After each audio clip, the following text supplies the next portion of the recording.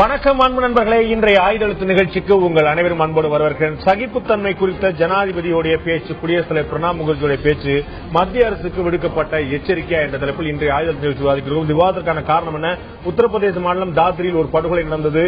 ஒரு பசுவை கொன்றுவிட்டு கரியை வைத்திருக்கிறார்கள் என்ற சந்தேகத்தின் அடிப்படையில், எந்த ப்ரூஃபும் கிடையாது என்ற சந்தேகத்தின் அடிப்படையில் சென்னையில் பணிபுரிந்து கொண்டிருக்கக்கூடிய ஒரு விமானப்படை வீரருடைய தந்தை உத்தரப்பிரதேச மாநிலத்தில் படுகொலை செய்யப்பட்டிருக்கிறார். இந்த படுகொலைக்கு ஒரு காரணம், அடிப்படை காரணமாக இருப்பது மதவெறி என்ற குற்றச்சாட்டு கடுமையாக இருந்தது. இதை பற்றி கடுமையான விமர்சனங்கள் தேசம் முழுக்க இருந்தன. ஒரு கொலையாக இருந்தாலும் தேசம் முழுக்க ஒரு மிகப்பெரிய அதிர்வலைகளை இது ஏற்படுத்தியிருக்கிறது. சாகித்ய அகாடமி விருது பெற்றவர்கள் உள்ளிட்ட பல சமூக ஆர்வலர்கள், நலம் விரும்பிகள், நியாயவான்கள் தாங்கள் பெற்ற விருதுகளை, மத்திய அரசு கொடுத்த விருதுகளை திருப்பி அளித்திருக்கிறார்கள். தங்களுடைய கோபத்தை வெளிப்படுத்தியிருக்கிறார்கள். இது தொடர்பாக பிரதமர் நரேந்திர மோடி அவர்கள் பதிலளிக்க வேண்டும், வாய் திறக்க வேண்டும் என்று கடுமையான விமர்சனங்கள் இருந்தன. நேற்று ஒரு புத்தக வெளியீட்டு விழாவில் குடியரசுத் தலைவர் திரு பிரணாப் முகர்ஜி அவர்கள் இதை பற்றி எதுவும் தனிப்பட்ட முறையில் பேசாமல் இந்திய நாட்டுடைய பண்பாடு பற்றியும், நாகரிகம் பற்றியும், சகிப்புத்தன்மை பற்றியும், பன்முகத்தன்மை பற்றியும், நாம் நம்முடைய எப்படி ஒரு நாகரிகமான முறையில் இந்த கலாச்சாரம் வளர்க்கெடுக்கப்பட்டு வந்திருக்கிறது, அதற்கு எந்த குந்தகம் வந்துவிடக்கூடாது என்று ஒரு மறைமுகமான எச்சரிக்கை விடுத்தார். இது மத்திய அரசுக்கு இந்த தாத்ரி படுகொலை சம்பவத்தில், இந்த பசுவதை தொடர்பான ஒரு சம்பவத்தில் கொடுக்கப்பட்ட எச்சரிக்கையாக பார்க்கப்படுகிறது. இந்த தகவல் வந்த உடனே இன்று பீகார் மாநிலத்தில் பிரச்சாரம் மேற்கொண்டிருந்த பிரதமர் நரேந்திர மோடி அவர்கள் தன்னுடைய மௌனத்தை கலைத்துவிட்டு, ஜனாதிபதி பிரணாப் முகர்ஜி அவர்கள் காட்டிய பாதை, பேசிய பேச்சு, இதுதான் நம் அனைவருக்குமான வழிகாட்டுதல், இதை பின்பற்றி நாம் அனைவரும் செயல்பட வேண்டும், இந்துக்களும் முஸ்லிம்களும் தங்களுக்குள் போட்டி போடாமல், தங்களுக்குள் விரட்டிக் கொண்டிருக்காமல் இருவரும் இணைந்து வறுமையை விரட்ட வேண்டும் என்று மிக முக்கியமான கருத்தை வெளிப்படுத்தியிருக்கிறார்.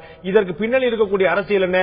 ஜனாதிபதி விடுத்த எச்சரிக்கைக்கு பிறகுதான் பிரதமர் பேசியிருக்கிறார். இதை பற்றி தான் இன்றைய ஆயுதத்தில் விவாதிக்கிறோம். விவாதத்திற்கு செல்வதற்கு முன்னால் நமது டெல்லி செய்தியாளர் சலீம் கொடுக்கக்கூடிய கூடுதல் தகவல் என்ன இப்போது கேட்கலாம். இந்தியாவில் உள்ள இந்துக்களும் முஸ்லிம்களும் ஒருவரை ஒருவர் எதிர்த்து சண்டை போட்டுக்க போறீங்களா அல்லது வறுமையை எதிர்த்தா?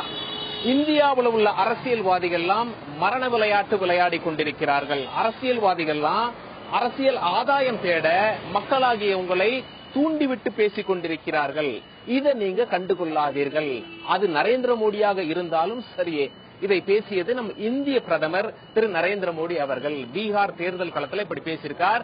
இதற்கு காரணம் இருக்கிறது. 10 நாளைக்கு முன்னாடி உத்தரப்பிரதேச மாநிலத்தில் தாத்ரி என்கிற பகுதியில் பிசாதா என்கிற கிராமத்தில் 100 பேருக்கு மேல இருந்த ஒரு கும்பல் நேரா ஒரு வீட்டுல போறாங்க.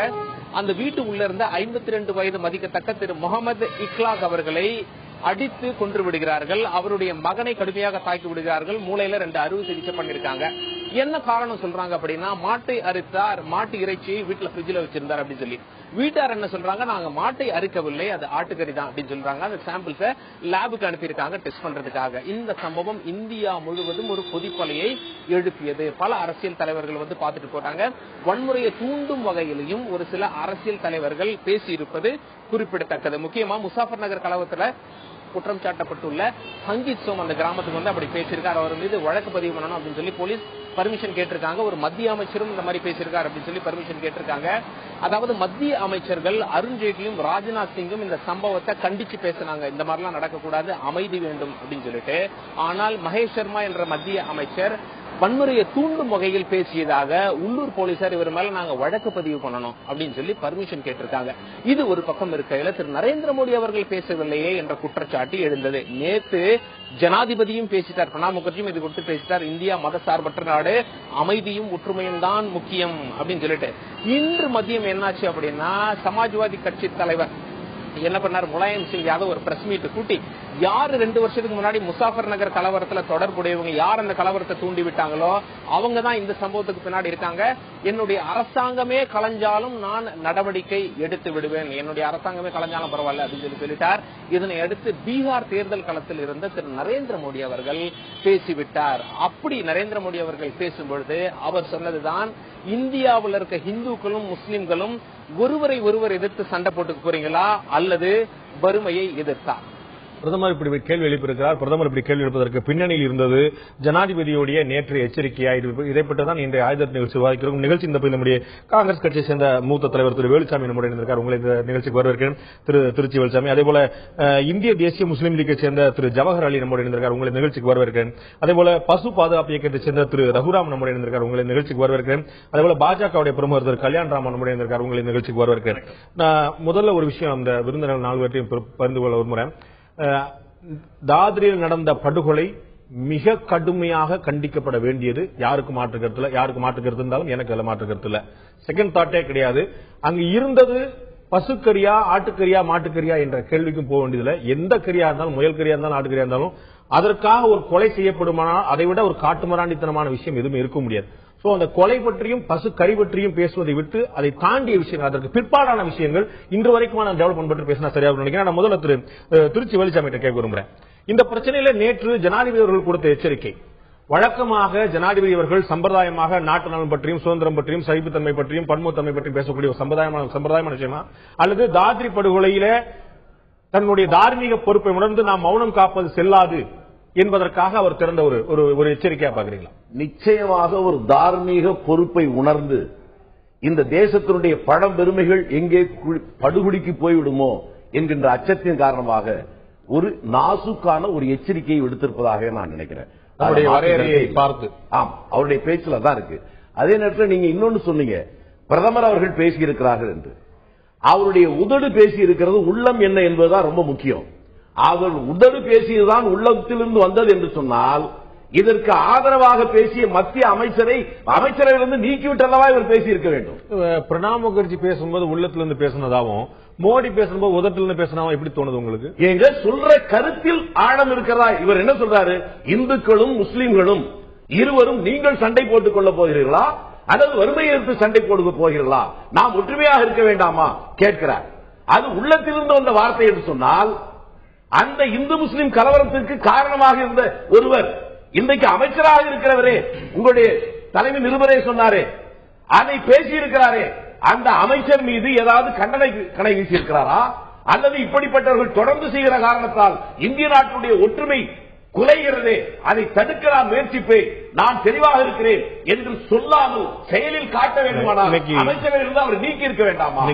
செய்திருந்தால் நம்பலாம். மோடி அவர்கள் முழுமையாக பேசிய போது இது தொடர்பான பிரச்சனையில் தேவையற்ற வாதங்களை, தேவையற்ற கருத்துக்களை தவிர்க்க வேண்டும். அப்படி தேவையற்ற கருத்துக்களை பகிர்பவர்கள் அரசியல் காரணங்களுக்காக பேசுகிறார்கள். அவர்கள் யாராக இருந்தாலும், நானேவாக இருந்தாலும் அரசியல் காரணங்களுக்காக பேசுபவர்களை மக்களை புறக்கணியுங்கள் என்று மோடி சொல்லியிருக்கிறார். அதுல இந்த பிறகு பிரதம மந்திரி புறக்கணிக்கட்டும், அவருடைய அமைச்சரவையில் இருக்கக்கூடிய ஒரு சகா அவரே அதற்கு காரணமாக இருக்கிறார் என்று வெட்ட வெளிச்சமாக தெரிந்ததற்கு பின்னாலே இவர் யாருக்கு உபதேசம் பண்ண போகிறார்? திரு கல்யாண் ராமன் கேட்க ஒரு நேரடியான ஒரு கேள்வி திரு திருச்சி வேலுசாமி வச்சிருக்காங்க. இந்த பிரச்சனையில ஜனாதிபதி கிட்டத்தட்ட 10 நாட்களுக்கு முன்னால் நடந்த சம்பவம், ஜனாதிபதி பிரணாப் முகர்ஜி அவர்கள் மௌனம் கலைப்பதற்கு முன்னால் வரை பிரதமரிடம் ஒரு வார்த்தை கூட வரவில்லை. இன்று பீகார் எலெக்ஷன்ல போயிட்டு இந்த விஷயத்தை தேச மக்களுக்கெல்லாம் சொல்றேன், தேச மக்கள் நாட்டு மக்களுக்கெல்லாம் சொல்றேன் சொல்லிட்டு பீகார் தேர்தல் பற்றி பேசாமல் நாட்டு மக்களுக்கான உரை அங்கே நிறுத்துகிறார். அப்ப ஜனாதிபதி அவர்கள் சூசகமாக கொடுத்த ஒரு எச்சரிக்கையின் மூலமாக பிரதமர் மௌனம் கலைக்க வேண்டிய நிர்பந்தம் ஏற்பட்டிருக்கிறது. நீங்க முதல்ல ஆரம்பிக்கும் போது இதனுடைய தன்மையை சொல்லிட்டீங்க. பிரணாப் முகர்ஜி இந்தியால காங்கிரஸ்ல அதிசயமா கிடைச்ச ஒரு ஸ்டேட்ஸ்மேன். காங்கிரஸ்ல ஸ்டேட்ஸ்மேன் அதிகமா இருக்க மாட்டாங்க, யாராவது ஒருத்தர் 2 பேர் அத்திபூத்த மாதிரி இருப்பாங்க. அந்த ஸ்டேட்ஸ்மேன்ல உண்மையான ஒரு கவலை, அக்கறை, பொறுப்புணர்வோட ஒரு விஷயத்தை சொல்லியிருக்காரு. ஏன்னா நாட்டுல ஏதோ சில விஷயங்கள் தொடர்ந்து நடந்துகிட்டு இருக்கு. வருஷத்துக்கு ஒரு 200-300 மத சார்ந்த பிரச்சனைகள் வந்துகிட்டு இருக்கு. இதை சரி செய்ய வேண்டும் அப்படின்றது அவருடைய ஆதங்கம். இந்த கவலை, அக்கறை, பொறுப்புணர்வு, ஆதங்கம் இதை நம்ம அலசும் போது திறந்த மனசோடையும் பரந்த மனப்பான்மையோட அலசினா புத்திசாலித்தனம்ன்றது என்னுடைய. அதெல்லாம் யார் கடைபிடிக்கணும்? எல்லாரும் தான் கிடைக்கும். ஜனாதிபதி தன்னுடைய கவலை தெரிவிக்கிறார். இப்போ ஜனாதிபதி தன்னுடைய கவலை தெரிவிக்கிறார். இம்ப்ளிமெண்ட் பண்ண வேண்டியது யாரு? வரேன், நான் அதுக்குள்ள வரேன். சோ ஜனாதிபதி சொன்னதால், எச்சரிக்கை விடுத்ததால், நாசுக்காக சொன்னதால் அப்படின்ற வார்த்தைகள்லாம் உதிர்க்கிறத பார்த்தேன் நான். எனக்கு அப்படி தோணல. ஜனாதிபதியும் பிரதமரும் ஒரே ஒத்த சிந்தனையுடன் பேசிக் கொண்டிருக்கிறார்கள். இது ஒண்ணு. ரெண்டாவது 9 நாட்களுக்கு முன்னாடி இந்த 9 நாள் இடைவெளியில எங்கேயாவது ஒரு முறையா பேசியிருந்தாருன்னு ஜனாதிபதியை விட வேகமா செயல்படுறாருன்னே சொல்லியிருப்பேன். எனக்கு ஒன்னும் தயக்கம் கிடையாது. ஆனால் ஜனாதிபதி பேசிய மறுநாள் பீகார் சட்டமன்ற தேர்தல் பிரச்சாரத்தில் பீகார் மக்களுக்கு பொதுவாக இல்லாமல் தேசவாசியம் அப்படின்னு நாட்டு மக்களே என்று சொல்கிறார். அப்ப ஜனாதிபதியுடைய உரைதான் அவரை நிர்பந்தித்திருக்கிறது. இல்ல அப்படி இல்ல. ஏன் இல்லன்னு நான் சொல்றேன். நிதி அமைச்சர் பிரதமருக்கு அடுத்த பொறுப்பில் இருக்கும் 2 அமைச்சர்கள், நிதி அமைச்சரும் உள்துறை அமைச்சரும் இந்த விஷயத்தை கடும் கண்டனம் தெரிவித்திருக்கிறார்கள். மகேஷ் சர்மா, பாரதிய ஜனதாவின் மகேஷ் சர்மா உள்துறை அமைச்சர் தாங்க இந்த நாட்டுடைய பாதுகாப்பு சம்பந்தப்பட்ட விஷயங்களை கையாள்பவர். அவரே கண்டனம் தெரிவித்திருக்கிறார். இல்ல அவர் கண்டனம் தெரிவிக்கிறத விட மகேஷ் சர்மா நீங்க பேர் சொல்லலாம். மகேஷ் சர்மா மத்திய அமைச்சராக இருக்கக்கூடியவர் பேர் சொல்லலாம். இல்ல சோம் வந்து லோக்கல் இருக்கக்கூடியவர் சட்டமன்ற உறுப்பினர் நாட்டுக்கே பொதுவாக இருக்கக்கூடிய ஒரு அமைச்சர் அனைவருக்கும் சேர்த்து பிரதமர் பிரமாதமாக பதில் சொல்லியிருக்கிறார். தங்களுடைய உள்ளூர் தேவைகளுக்காகவோ சிறு சிறு லாபங்களுக்காகவோ பொலிட்டீஷியன்ஸ் அந்த மாதிரி பேசினாங்கன்னா அவர்களை விலக்கி வையுங்கள், அவர்களை பகிஷ்கரியுங்கள் சொல்லியிருக்காரு. அதாவது நானாகவே இருந்தாலும் அதான் ஒரு அருமையான நானாகவே இருந்தாலும் உரை நிகழ்த்துவது பற்றி மோடிக்கு யாரும் சொல்லித்தர முடியாது. ஒரு மாபெரும் பேச்சாளர். நான் என்ன கேக்குறேன், எதிர் வீட்டுல ஒரு பையன் வந்து தருதலையா சுத்திட்டு இருந்தாங்க, அந்த பையன் கூட சேராதான்னு நம்ம சொல்லலாம். நம்ம பையன் அப்படி இருந்தான்னு வச்சுக்கோங்க, உலகத்தில் இருக்கக்கூடிய இளைஞர்களே நன்றாக படிக்க வேண்டும். வீட்டில் இருக்கிற பிள்ளையே மகேஷ் சர்மா உங்களுடைய கட்சி உறுப்பினர், உங்களுடைய அமைச்சர், அவரை நீங்கள் கண்டித்திருந்தால் மற்ற கட்சிக்கு அட்வைஸ் பண்ண வேண்டிய அவசியமே இருக்காது. ஏன் நம்ம மேல இவ்வளவு ஆக்ஷன் எடுக்கிறாரு, அப்ப வந்து அவங்க மேல இவ்வளவு ஆக்ஷன் எடுக்கிறாரு, நம்ம மேல என்ன பண்ணுவாங்க ஒரு பையன் வரும்ல. இப்போ நான் முதல்லயே சொன்னேன், இதை வந்து திறந்த மனசோடையும் பிறந்த மனப்பான்மையோடையும் நீல் பண்ண வேண்டிய விஷயம். பாருங்க, இந்த பிரச்சனைகள் கூடிய அடிப்படை எங்க இருந்தெல்லாம் ஆரம்பிக்குது அப்படின்னு நம்ம சேர்த்து வச்சு பார்க்கணும். அதுக்குதான் திறந்த மனசு வேணும்னு நான் சொல்றேன்.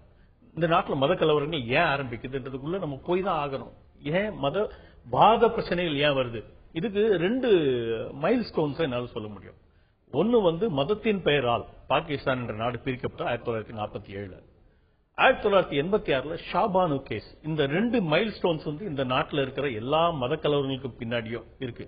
துரதிர்ஷ்டவசமாக இந்த ரெண்டு வந்து தவறான விஷயமாகவே இருந்தாலும் அதை நீதிமன்றங்கள் மூலமாகவோ அரசியல் ரீதியாகவோ உங்கள் கையில் இருக்கக்கூடிய வாக்குச்சீட்டு மூலமாக மாற்றியமைக்க முடியுமே தவிர கையில் ஒரு ஆயுதம் ஏந்தி மத கலவரங்களாம் அடிப்படை காரணம் ஷாபானோ பாபர் மசூதி நவகாலி படுகொலை பாகிஸ்தான் பிரிவினை சொல்ல முடியாது. உங்கள் கையில் சட்டத்தை எடுப்பதற்கான எந்த அதிகாரமும் யாரும் உங்களுக்கு தரவில்லை. யார் இருக்குன்னு சொன்னா மத கலவரங்களுக்கான காரணம் என்ன சொல்லிட்டு இருக்கீங்க? அதாவது நீங்க வந்து நான் சட்டவிரோதமாக மறுக்கிறீங்க. நான் ஒரு மைல் ஸ்டோன்ஸ் சொல்றேன். இந்த இடத்துல இருந்து சம்பவங்களின் தொகுப்பு மட்டுமல்ல. நீங்க சொல்றது என்னோட கேள்வி. நான் முதல்ல வந்து ஒரு நிமிஷம், நான் மாட்டுக்கறியே வைத்திருக்கிறேன், பசுவை திருடினேன், கொன்றேன், மாட்டுக்கறி வித்தேன், ஏதோ பண்ணிட்டேன். நான் மாட்டுக்கறி வச்சிருக்கேன். என் மீது உங்களுக்கு ஒரு சந்தேகம் வருமானால் நீங்க நாட வேண்டியது காவல்துறை, நீதிமன்றத்தை. நீங்க அடிச்சு கொள்வீங்களா? What is this? அது இதுக்கான காரணம் வேற என்ன காரணம் இருக்கு? நீங்க you are going to find reasons. நல்ல கேள்வி. இதுக்குதான் வந்து சரித்திரத்தை நம்ம புரட்டி பார்க்கணும்ன்ற நான் நிறைய புரட்டிட்டோம். வரேன் நான் 1980 மொராதாபாத்ல ஒரு கலவரம் நடந்துச்சு. என்ன தெரியுமா? ஒரு 50,000 பேர் கூடி தொழுகை நடத்தி கொண்டிருக்கும் போது தெரியாதனமா தலித் மக்கள் வளர்த்துக்கிட்டு இருந்த பன்னி அந்த பகுதிக்குள்ள பூந்துருச்சான். உடனே பெருங்கலவரம், 550 பேர் செத்தாங்க. தெரியாதனமாவா வேணுக்குனேவாங்கிறதுலாம் விமர்சனம் கூப்பிட்ட விஷயம். ஒவ்வொன்றுமே சொல்ல விமர்சனம் கூப்பிட்ட விஷயம் தாங்க. இப்ப வந்து அது வந்து மாற்றுக்கறியா இப்ப நீங்க அதுக்குள்ள போக மாட்டேன்னு சொல்லிட்டு ஒரு கேள்வி கேட்டிருக்கீங்க. அந்த பன்றிக்கறி மாட்டுக்கறியா பசுக்கறியா அப்படின்றதுக்குள்ள போக மாட்டேன்னு சொல்லிட்டு அந்த கேள்வியை நீங்க வச்சுட்டீங்க. நீங்க காரணம் பதில் சொல்லணும். ஏன் வந்தேங்கிறது சொல்றேன். ஷாபானு கேஸோ பாபர் மசூதியோ பாகிஸ்தான் பிரிவினை எது நடந்திருந்தாலும், அது எவ்வளவு மோசமானதாக இருந்தாலும், எவ்வளவு உடன்பாடற்ற விஷயமா இருந்தாலும் நாட வேண்டியது காவல்துறை, நீதிமன்றம், கொல்லப்படுகிறார் ஒரு மனிதர். அதனால்தான் கண்டிக்கிறோம், அந்த செயலை கண்டிக்கிறோம். யார் வந்து கண்டிக்கல? அவர் சொன்னார் இல்லையா, உள்ளம் ஆதரிக்கிறது, உதடு கண்டிக்கிறது. ராஜ்நாத் சிங் வந்து கண்டிக்கிறாரு, மகேஷ் சர்மா ஆதரிக்கிறாரு, ஆதரிக்கிறாரு. என்னன்னா இதுல காங்கிரஸ்காரர்கள் அப்படிதான் பேச முடியும். ஏன்னா உங்களுக்கு தெரியாது இந்த விஷயம். அதான் பிரச்சனை. காங்கிரஸ்காரர்களுக்கு வந்து உள்ளம் வந்து இங்கேயே கிடையாது.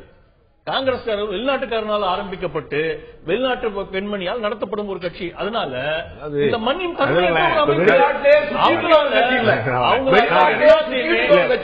அவங்களால எல்லா விஷயத்தையுமே தவறான பார்வையோட தான் பார்க்க. நான் இந்த டிபேட் முடிஞ்ச உடனே மக்கள் இதுல 4 பாயிண்ட் கிடைச்சப்பா, கல்யாணராமன் சொன்ன நியாயம் இருந்தது, திருச்சி வெளிசாமி சொன்ன நியாயம் இருந்தது எடுக்கணும் விரும்புறேன்.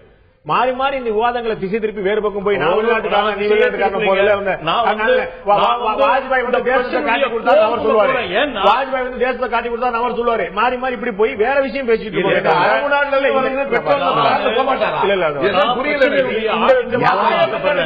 வெளிநாடு உள்நாடு, இது மனிதனை மனிதனாக மதிக்க வேண்டும் என்கிற அந்த உன்னத தத்துவம் இந்த ஒரு பெரிய விவாத மேடை காட்டுக்கட்டலாக இருக்கக்கூடாது என்பதற்காக விஷயத்தினுடைய ஆழத்திற்கு போகணும்னு நான் நினைக்கிறேன். நிச்சயமா விஷயத்தில் இருக்கிறது நாம் அவசியம் ஆராய்ந்தே தீர வேண்டும். மற்றவர்கள் நான் சொல்ற அம்சங்கள் நிச்சயமாக இருக்கின்றன. திரு ஜவஹர் அலி, உங்களுடைய பார்வையில இது இந்திய நாட்டில் நடக்கக்கூடிய முதல் சம்பவம் கிடையாது, உத்தரப்பிரதேசத்தில் குறிப்பா நடக்கக்கூடிய முதல் சம்பவம் கிடையாது, பல மாநிலங்கள்ல பல இடங்கள் நடந்துட்டே இருக்குது. இது சில சமூக விரோதிகள் ஏதோ ஒரு மூடத்தனமான காரணத்துக்காக செய்யப்பட்ட ஒரு விஷயமாக நம்ம பார்க்காம ஒட்டுமொத்தமாக இந்த தேசமே இஸ்லாமியர்களுக்கு விரோதமாக கிளம்பி விட்டது, இஸ்லாமியர்களுக்கு பாதுகாப்பே இல்லை என்ற மாதிரியான தோற்றத்தை ஏற்படுவது சரியா? நடந்ததை எவருமே ஆதரிக்க முடியாது, செகண்ட் தாட்டே கிடையாது. ஆனா ஒரு இடத்துல நடந்துருச்சு அப்படிங்கறதுக்காக ஒட்டுமொத்த தேசமும் இஸ்லாமியர்களுக்கு எதிராக இருக்கிறது என்ற தோற்றம், போர்வை, பார்வை சரியா? அதாவது அதற்கு முன்னாடி ஒரு விஷயத்தை நான் சொல்லுறேன். உணவு என்பது ஒரு தனிப்பட்ட மனிதனுடைய உரிமை. அப்படிலாம் கிடையாது. இல்ல, கண்டிப்பா நிச்சயமாக இந்த உணவு உலகத்துல எந்த நாட்டிலையும் நீ இந்த உணவை சாப்பிடு யாரும் வற்புறுத்துவதில்லை. கட்டாயம் இந்தியா சொல்லுவோம், உலகம் சொல்லுவோம், நீங்க மான் கறி விரும்பினா சாப்பிட முடியாது. தெரியுமா உங்களுக்கு? நீங்க இல்ல, நான் யாரும் சாப்பிட தடை செய்யப்பட்ட உணவு உரிமை தடை செய்யப்பட்ட உணவுகளை அனுமதிக்கப்பட்ட உணவு அனுமதிக்கப்பட்ட உணவைத்தான் நான் சொல்கிறேன். அனுமதிக்கப்பட்ட உணவை மாட்டிறைச்சி அனுமதிக்கப்பட்ட உணவு தான். தடை செய்யப்பட்ட உணவு இல்லை. பசுக்கறி தடை செய்யப்பட்டது. பசுவை பற்றி இப்பொழுது பிரச்சனை இல்லை. மாட்டிறைச்சி இந்த நாட்டில இன்றைக்கு மதவாதிகள் அவர்களுக்கு மாட்டிறைச்சியை பற்றியோ பசுவை பற்றியெல்லாம் அவர்களுக்கு அக்கறை இல்லை. அதை தின்றவன் ஒரு முஸ்லிம் எப்படியாவது இஸ்லாமியர்களை பழிவாங்க வேண்டும் என்ற நோக்கத்தோடு அவர்கள் தொடர்ந்து இந்த காரியங்களில் ஈடுபட்டு வருகின்றார்கள். அது ஒரு குழு அந்த இடத்துல தாத்ரியில ஊபியில ஒரு ரிமோட் ஏரியால நடந்த ஒரு சம்பவம். நிச்சயமாக திரும்ப 100 முறை சொன்னாலும் சரி கண்டிக்கப்பட்டு மாற்றுகிறது. ஆனால் ஒட்டுமொத்த தேசத்தையும் அதுக்கு முத்திரை குத்துவது சரியா இல்ல? நான் அதான் சொல்ல வரேன். ஏன்னா மாட்டிறைச்சி தான் அவர்கள் சாப்பிட்டது பிரச்சனை என்றால் நான் கேட்கிறேன், மோடி அவர்கள் மாட்டிறைச்சி ஏற்றுமதிக்கு அவர்கள் ஒரு ஒப்பந்தத்தில் கையெழுத்து போட்டு இருக்கிறார்கள். 24 லட்சம் டன் அளவுக்கு அவர்கள் ஏற்றுமதி செய்ய வருகிறார்கள். உங்களுக்கு பசுக்கும் மாடுக்கும் எருமை தெரியும். அங்க அதான் சொல்றேன், அங்க கிராமத்தில் அந்த இக்லாக்கு சாப்பிட்டது மாட்டிறைச்சியும் இல்லை பசுவும் இல்லை, அது ஒரு ஆடு. ஆனால் அவர்கள் சொன்னது மாட்டிறைச்சி. அது இது லேபுக்கு அனுப்பி இருக்கிறாங்க. ஏன் லேபுக்கு அனுப்புறாங்கன்னா எனக்கு தெரியல. எந்த கறியா இருந்தாலும் இந்த கொலை ஏத்துக்க முடியாது. அப்புறம் ஆனா பசு கரியை வைத்திருந்தார்கள் என்றுதான் இவங்க கிளம்புறாங்க. உண்மையா இல்லையாங்க நமக்கு தெரியாது. வச்சிருந்தாலுமே கொள்றதுக்கான உரிமை எவருக்குமே கிடையாது. ஆனால் பிரச்சனை பசுக்கறின்னு தான் போகுது.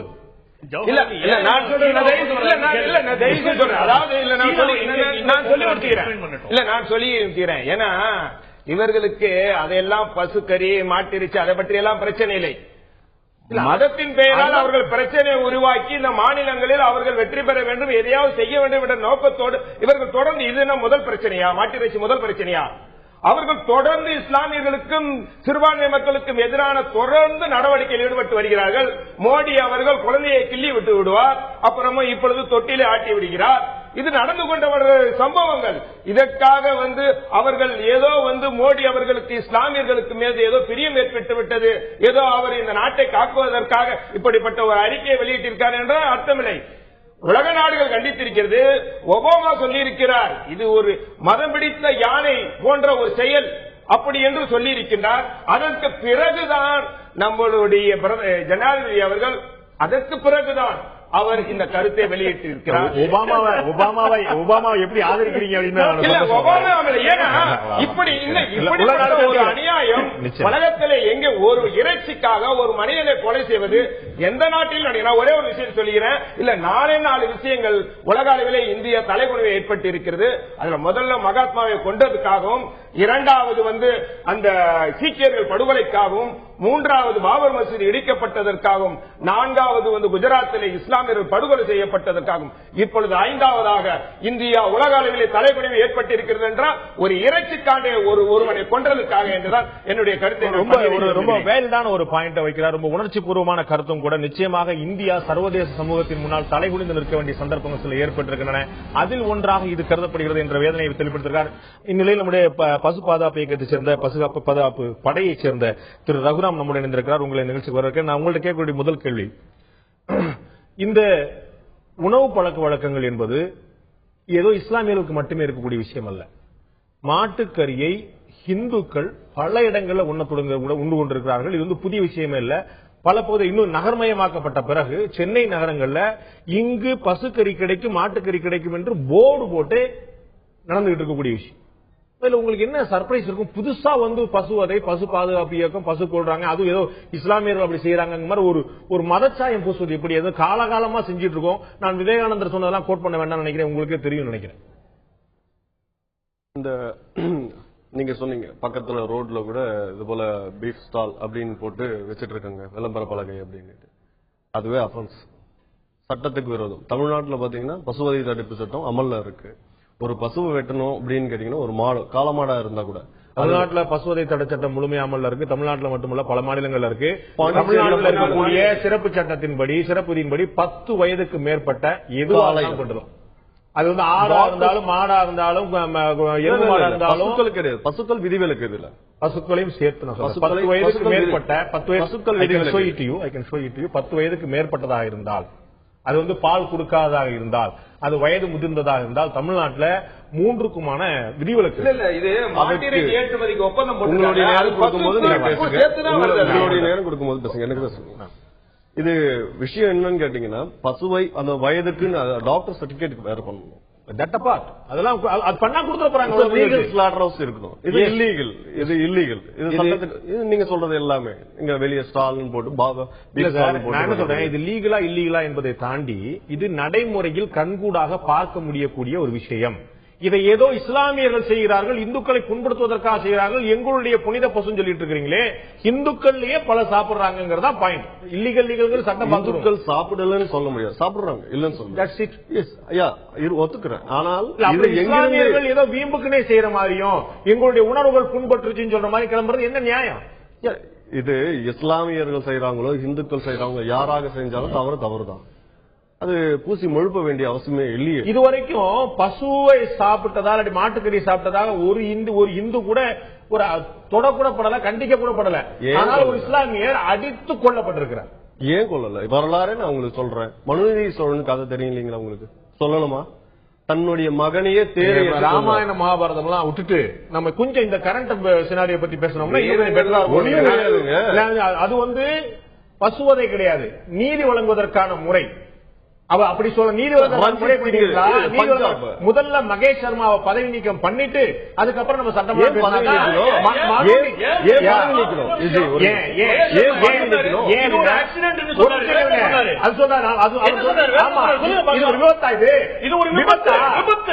அடிச்சு கொல்லப்படுவது விபத்தா ஊர்ல எப்படி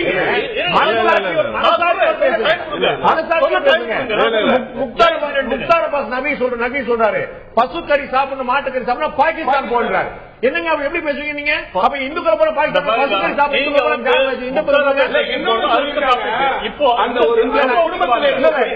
நீங்க ஏன் நிக்கணும்னு சொன்னீங்க? அது சொல்றேன்.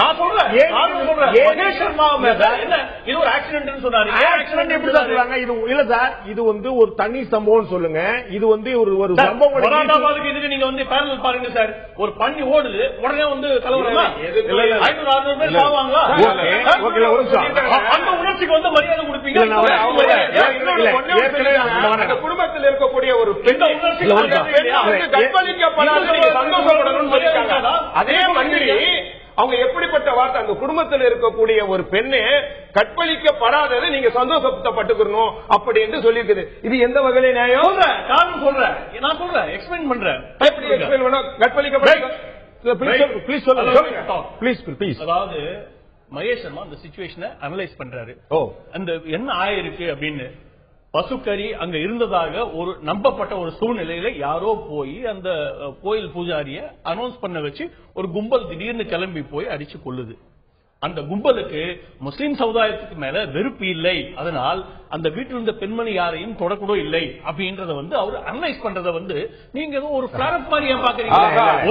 இன்னும் கொஞ்சம் பெட்டரா சொல்லலாம். எந்த சொல்லலாம் அந்த கும்பலுடைய பெருந்தன்மையை பாராட்டாமல் அப்படி சொல்லுவோம். நம்ம இன்னும் பெட்டரா இருக்கும். அதாவது ஒருத்தரை மட்டுமே கொன்று நீங்க சொல்றது நீங்க சொல்லுங்க.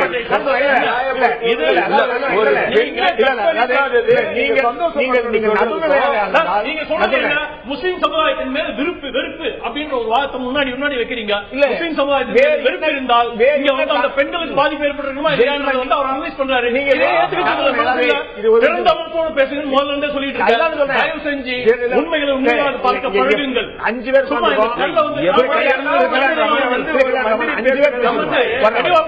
பேசுறோம். 5 பேர் பேசிட்டு இருக்கிறோம். ஒவ்வொருத்தருடைய பாடி லாங்குவேஜ் எப்படி இருக்குன்னு பார்க்கறவங்களுக்கு தெரியும். யார் திறந்த மனதோடும் யார் பரந்த மனதோடும் யார் அலோவிக்கு தாக்கு என்று அடிப்படை பார்த்து பேசுவதும் அத்தனை பேருக்கு தெரியும். மகேஷ் அந்த அணுகுமுறையை தவறுன்னு சொன்னது தவறு. நான் பாராட்டுறேன், வாழ்த்துறேன், இருக்கட்டும். ஆனா எனக்கு என்னுடைய கேள்விக்கான பதில் தெரிஞ்சா கொஞ்சம் நிர்பந்தம் இருக்கு. நான் கட்டாயம் தெரிஞ்சுக்கிறேன். ஒரு சம்பவம், இது தனிப்பட்ட சம்பவங்க. இது இதோட நீட்சி கிடையாது, கலவரம் கிடையாது, ஒரு கொலை அப்படின்னு சொன்னா பரவாயில்லை, சகிக்கலாம். ஆனால் இது ஒரு விபத்து என்று சொல்வது, ஒரு படுகொலையை விபத்து சொன்னா செக்ஷனே வேற சார், சட்டமே வேற சார். விபத்துல நீங்க அதிகபட்சம் என்னங்க வெறும் வார்த்தையை பாக்குறீங்க. அவர் என்ன சொல்றாரு, இது பிளான் பண்ணி பண்ணது இல்ல அப்படின்றாரு. Simple period over. ஒரு மத்திய அமைச்சருக்கு என்ன வார்த்தையை பயன்படுத்தணும், இத மாதிரி சென்சேஷனல் விஷயத்துல என்ன வார்த்தையை பயன்படுத்தணும் தெரியலன்னா அதுக்காக நம்ம இருக்க வேண்டாம் சார்.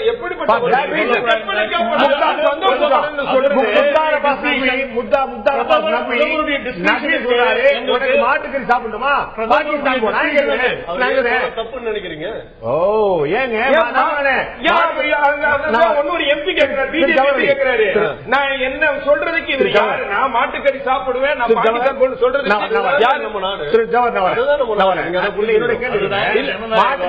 மாட்டுக்கறி சாப்பிடுற அடிப்படை புரிஞ்சிருக்காங்க. நீங்க ஒரு பெண்ணை கற்பழிக்கிறது விட்டு விட்டுட்டோம் சொல்றது நியாயப்படுத்த மோசமான நீங்க கேட்டீங்க. அதுக்கான பதில் நான் சொல்ல முயற்சி பண்றேன். இந்த பிரச்சனையில பாகிஸ்தான் போங்கன்னு சொல்ல வேண்டிய அவசியம். நீங்க நேபாள் போங்கன்னு சொல்லிருக்கலாம், பூட்டான் போங்கன்னு சொல்லிருக்கலாம், நீங்க அமெரிக்கா போங்கன்னு சொல்லிருக்கலாம். நீங்க தான் உங்களுக்கு ஜாதியோ மதமோ முக்கியம் இல்ல, நீங்க பசுவை தானே காப்பாற்ற முயற்சி பண்றீங்க. பசுக்கறி சாப்பிடணும் பாகிஸ்தான் போன்னு சொல்ல வேண்டிய அவசியம் என்ன?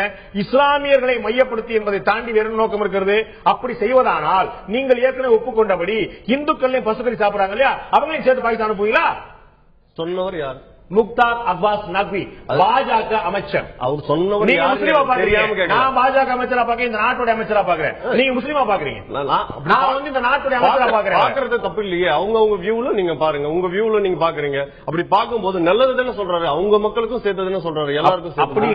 அப்படின்னு நீங்க நடுவில் யாரோ கருத்து சொல்றதா வச்சுக்க முடியாது. நீங்க உங்களுக்கான விஷயத்தை நீங்க சொல்லிட்டு போறீங்க, கருத்து வச்சுக்க முடியாது. அப்படி நீங்க அமைச்சரா இருக்க முடியாது. பசு பாதுகாப்பு வந்திருக்கூடிய ரகுராம் சொல்லலாம், என்ன கருத்தம் உங்களுடைய பசு பாதுகாப்பு கண்டிப்பா மத்திய அமைச்சர் சொல்ல முடியாது, மகேஷ் சர்மா சொல்ல முடியாது, முக்தார் அப்பாஸ் நக்வி சொல்ல முடியாது. ஏன் எத்தனையோ அமைச்சர்கள் சொல்லியிருக்காங்க, எல்லா அரசியல் கட்சியும் சொல்லியிருக்காங்க, சொல்லக்கூடாது. நான் ஒரு 10 பண்ண கூடாதா சார்? இப்படியா கேட்பீங்க? அப்படி எப்படி கேட்க முடியும்? அவங்க நீங்க சார் நீங்க பேசுன சரியா தப்பான்னா அவங்களும் பேசிருக்காங்களே. யாரு? நீங்க தான் சொல்றீங்க. எல்லாருமே தான் பேசிருக்காங்க, எல்லா அரசியல்வாதிகளும். ஒவ்வொரு விஷயமும், ஒவ்வொரு அரசியலுக்கும், எல்லா அரசியல் கட்சியும் எல்லா மத அமைப்புகளும் சேர்ந்து என்ன தெரியுங்களா, பசுக்களுக்கு தான் துரோகம் செஞ்சிருக்காங்க. இன்னைக்கு பாத்தீங்கன்னா ஒரு மனுஷன் கொல்லப்பட்டிருக்கான், அதுக்கு கவலைப்பட மாட்டீங்க. ஒரு பசுவை கொல்றத தடுப்போம் வேண்டாம், ஒரு அமைச்சரவே இருக்கட்டும், வாழ்த்துவோம். ஆனா ஒரு மனுஷன் கொல்லப்பட்டிருக்கான், அதுக்கு கவலைப்பட மாட்டீங்க. பசுவை எல்லாரும் துரோகம் பண்றாங்க, பசுக்கு எல்லாம் ஒரு ஆளை கொண்டு விட்டாங்க சார். அதுக்காக சார் ஒவ்வொரு விஷயமும் ஒவ்வொரு நடக்கும், அது அதனுடைய தாக்கம் தான் இது. வேற என்ன சொல்றது? அவர் செய்தது குற்றமாகவே இருந்தாலும் எதிர்வினை ஆற்றக்கூடிய அதிகாரம் நமக்கு கிடையாது, அதை மறந்துடாதீங்க. நீங்க சொன்னீங்களே திரு கல்யாணராமன்ட்டையும் திரு ரகுராமன்ட்டையும் குறைஞ்சபட்சம் உங்களுடைய வாக்குலயே நீங்க முன்படாம இருக்கின்றேன். நீங்க என்ன சொல்றீங்க, அப்படி நடந்துச்சு அப்புறம் பதில் நடக்கு அப்படின்றீங்க. அப்ப அது எதிர்வினை தானே, எதிர்வினை ஆற்றக்கான அதிகாரம் உங்களுக்கு யார் கொடுத்தது? ஒவ்வொரு வார்த்தை வரல, நீங்க என்ன போட்டு ஒவ்வொரு விஷயத்திலையும் கண்டிக்கத்தக்கது. அதே நேரத்தில் இது ஒரு சம்பவம் நடந்திருக்கு, ஒரு துரதிருஷ்டவசமான ஒரு சம்பவம். அதை நம்ம பாக்குற பார்வையில ஒரு முழுமையான பார்வையோட இருக்கணும். என்ன காரணத்துக்காக அது என்னங்க மன்னிக்கணும், ஒரு சட்டமன்ற உறுப்பினரே தாக்கப்பட்டிருக்கிறாரு, அது ஒரு சம்பவம் தானா? இல்ல, நிச்சயமா சம்பவம் கிடையாது. உங்களுக்கு தெரியும் இல்லையா, உங்களுக்கு தெரியும் இல்லையா, காஷ்மீர்ல எருமை, பசு, காளை 3 வதையும் தடை செய்யப்பட்டிருக்கிறது. இஸ்லாமியர்கள் பெரும்பான்மையா இருக்கக்கூடிய ஜம்மு காஷ்மீர்ல இன்னைக்கு வரைக்கும் பாஜகவுடைய பிரசன்ஸ் முன்னாடி ஆரம்பிச்சிருக்கு. இன்னைக்கு மனுஷங்கரியை சாப்பிடலாம். ஒரு நிமிஷம் கேளுங்க, என்னுடைய கேள்வி மனிதக்கரியை சாப்பிடக்கூடிய ஒரு நாட்டில் மாட்டுக்கறிக்கு கேள்வி விடுவாங்க. என்னுடைய கேள்வி விடுவாங்க. நீங்க கல்யாணம் இருக்குது மனிதக்கரியை சாப்பிட்டதாக வேதத்தில் இருக்கு. நம்புறீங்களா?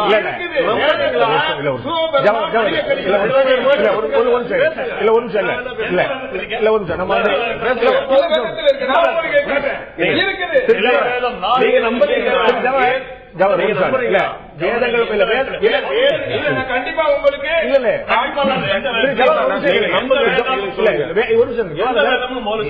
விவாதம் வேறு பக்கம் வேண்டாம். அவர் ஒரு கேட்ட கேள்வி ஒரு நியாயம் இருக்கு. நீங்க வேதத்தை குறிப்பிடுவீர்கள், நான் சட்டத்தையும் அரசியல் சாசனத்தையும் ஜம்மு காஷ்மீர் சட்டம் சட்டத்தை சொல்லிட்டு நம்ம நடைமுறையில சட்டத்தை எதை நாம் ஏற்றுக்கொள்கிறோம் அதை பற்றி பேசிட்டு இருக்கோம். நீங்கள் வேதத்தை குறிப்பிடால் நீங்கள் வேதத்தை ஏற்றுக்கொண்டீர்கள். நீங்க சொல்லுங்க, சிவபுராணை ஏற்றுக்கொண்டு நீங்க சொல்லுங்க. ஏற்றுக்கொண்டு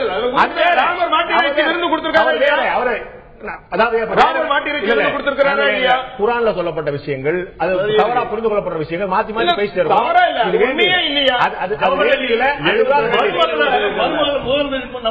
கல்யாணம் பண்ணது உண்மையா இல்லையா? யாரு மருமகள்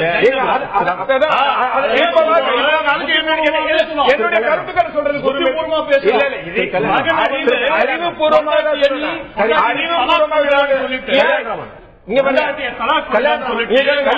இந்து கடவுள்கள் எத்தனை மனைவிகள், எத்தனை கிறிஸ்தவருக்கு எத்தனை மனைவி, சிவனுக்கு எத்தனை மனைவி, எத்தனையோ மனைவிகள்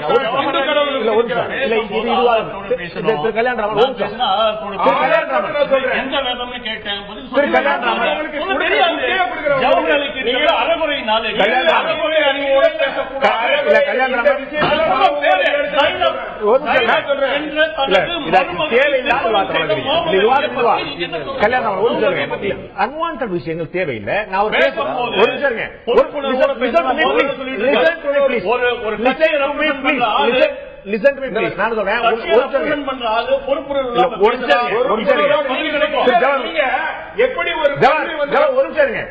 பிளீஸ், நான் உங்கள்கிட்ட அவர் பேசும்போது நான் அவர்கிட்ட மறுத்தேன், அது பேச வேண்டாம்னு சொன்னேன். நான் அதை நெறியாழ்க்கை நான் பண்ணிட்டு இருக்கிறேன். திரும்ப வர்றது விவாதம் திசை திரும்ப எந்த பிரயோஜனம் இல்ல.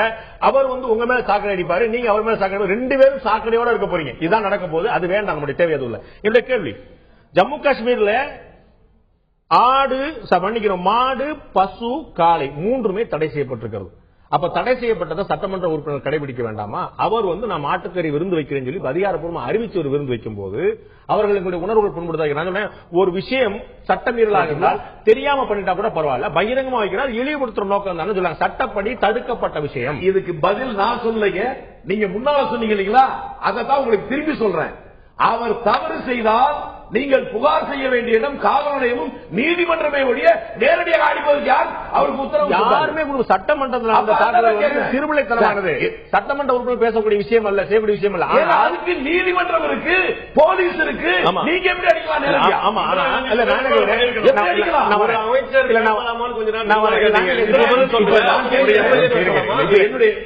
அவங்க நேரத்தில் அவங்க பேசுறேன். நான் என்ன கேட்கிறேன், இதை சட்டப்பூர்வமாக தடை செய்யப்பட்ட நேரத்தில் பகிரங்கமா சொல்வது யாருக்குமே உணர்வு இருக்குமா இல்லையா? ஒரு நிமிஷம் பாருங்க, அவங்க விருந்தினர் கைது பண்ணுங்க. ஒரு நிமிஷம் கேளுங்க. முதல்ல இந்த முதல் பகுதியில் விவாதம் ஆளுக்கு ஒரு பக்கம் தான் பேசணும். நண்பர் வேதம் பற்றி பேசணும்னே அவர் குரான் பற்றி சொல்றாரு. அப்ப ஒரு உணர்வுபூர்வமான விஷயம் இயல்புலேயே வந்துடும், யாருக்குமே தடுக்க முடியாது. அப்ப நான் சவால் விட்டு நான் பசுக்கறி விருந்து வைக்கிறேன், மாட்டுக்கறி விருந்து வைக்கிறேன் சொல்லும் போது ஒருத்தர் உணர்வு புண்படத்தானே செய்யும். அது எப்படி நம்ம மறுக்க முடியும்? எங்க புண்படுவது என்பது வேறங்க.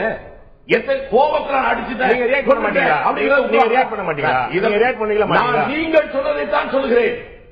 சட்டத்தை கையில் எடுப்பதற்கு பாண்டேக்கு உரிமை இல்லை, வேலுசாமிக்கு உரிமை இல்லை, இந்த நாட்டிலே பிரதமருக்கு உரிமை இல்லை. சட்டம் என்பதுதான் எல்லாருடைய உயர்ந்தது. நான் கேட்கிறேன் என்ன பிரதம மந்திரி என்று சொல்லியதில் என்ன பிரச்சனை என்றால், இந்துக்களும் முஸ்லீம்களும் தாக்கிக் கொள்வதான் என்றால், இங்கே நடந்திருக்கிற சம்பவங்களில் தாக்குதலுக்கு உள்ளானவர்கள் முஸ்லீம்கள், தாக்கியவர்கள் இந்துக்கள். எங்கே முஸ்லீம் இந்துவை தாக்கினா இல்லையே. ரொம்ப சரியா சொன்னீங்க. அதுக்கு தான் நான் இடைவெளிக்கு முன்னாடி ஒரு சம்பவம் சொன்னேன். இன்று ஒரு படுகொலை நடந்த போது ஒட்டுமொத்த இந்தியாவை கொந்தளிக்கிறது சமூக. நீங்களாவது காங்கிரஸ்காரங்க, சமூக ஆர்வலர்கள், நடுநிலை பேசக்கூடியவர்கள் தங்களுக்கு அளிக்கப்பட்ட விருதுகளை திரும்பி அளிக்கிறார்கள். நான் கேட்கிறேன், இந்தியாவில் தமிழகத்துல வேலூர்ல வெள்ளையப்பன், சேலத்துல ஆடிட்டர் ரமேஷ், இங்கே திருவள்ளூர்ல சுரேஷ், இப்படி ஒவ்வொருத்தரும் என்ன காரணத்துக்காக கொலை செய்யப்பட்டார்கள்? அப்படி கொலை நடந்த போது ஒரே ஒரு அரசியல் கட்சி, ஒரே ஒரு நடுநிலைவாதி கலைமாமணி பட்டத்தை திரும்பி கொடுத்தாரா? அந்த நடுநிலை நியாயம் எங்கே போனது? அவர்கள் வட்டிக்காக பிரச்சனை வந்தாங்களா? கள்ளக்காதல் பிரச்சனைக்காக கொல்லப்பட்டாங்களா? என்ன காரணத்துக்காக இந்த 3 பேர் கொல்லப்பட்டாங்க நீங்க சொல்லுங்க. என்ன காரணத்துக்காக கொலை செய்யப்பட்டிருந்தாலும் அது தவறுகிறதா என்னுடைய கொள்கை. ஒரு வார்த்தை கண்டிக்கணுமா? அப்பயே நீங்க பிரதமர் கண்டித்து கேட்கல. பிரதமர் கண்டிக்க வேண்டும் ஏன் கேட்கல? ஏங்க இது பிரதமர் அளவுக்கு இந்த பிரச்சனை போன அளவுக்கு அது போகல.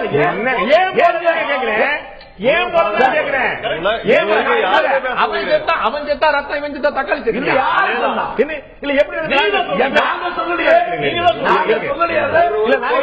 அமைச்சர் பேசுவதற்கும் இந்திய அரசியலமைப்பு சட்டத்தை அமைச்சர் பேசியது தவறு. நான் அவ்வளவு கேட்டிருந்தேன். அமைச்சர் பேசின பத்தி கேட்கல. நான் சொல்றது முகமது இக்லக்குடைய படுகொலை நாடு முழுக்க ஒரு மிகப்பெரிய எதிர்ப்பை சம்பாதித்திருக்கிறது. மிகப்பெரிய கண்டிக்க வேண்டியது. மாற்று கருத்துல நான் எந்த கோர்ட்டிலும் சொல்ல இருக்கேன். அந்த கண்டனத்தில் 100% 1 கூட ஏன் இவர்களுடைய படுகொலை சந்திக்கவில்லை? இந்திய அளவுல வேண்டாம், தமிழக அளவுல ஒரு படுகொலை, ஒரு கண்டிப்பு வந்துச்சா? ஒரு கண்டனம் வந்துச்சா? என்ன காரணத்துக்காக கொல்லப்பட்டாங்க? மாமியார் மாமனார் தகராறா? கள்ள தகராறா? யார் எதிர்த்தா? இப்ப யார் ஆதரிச்சா?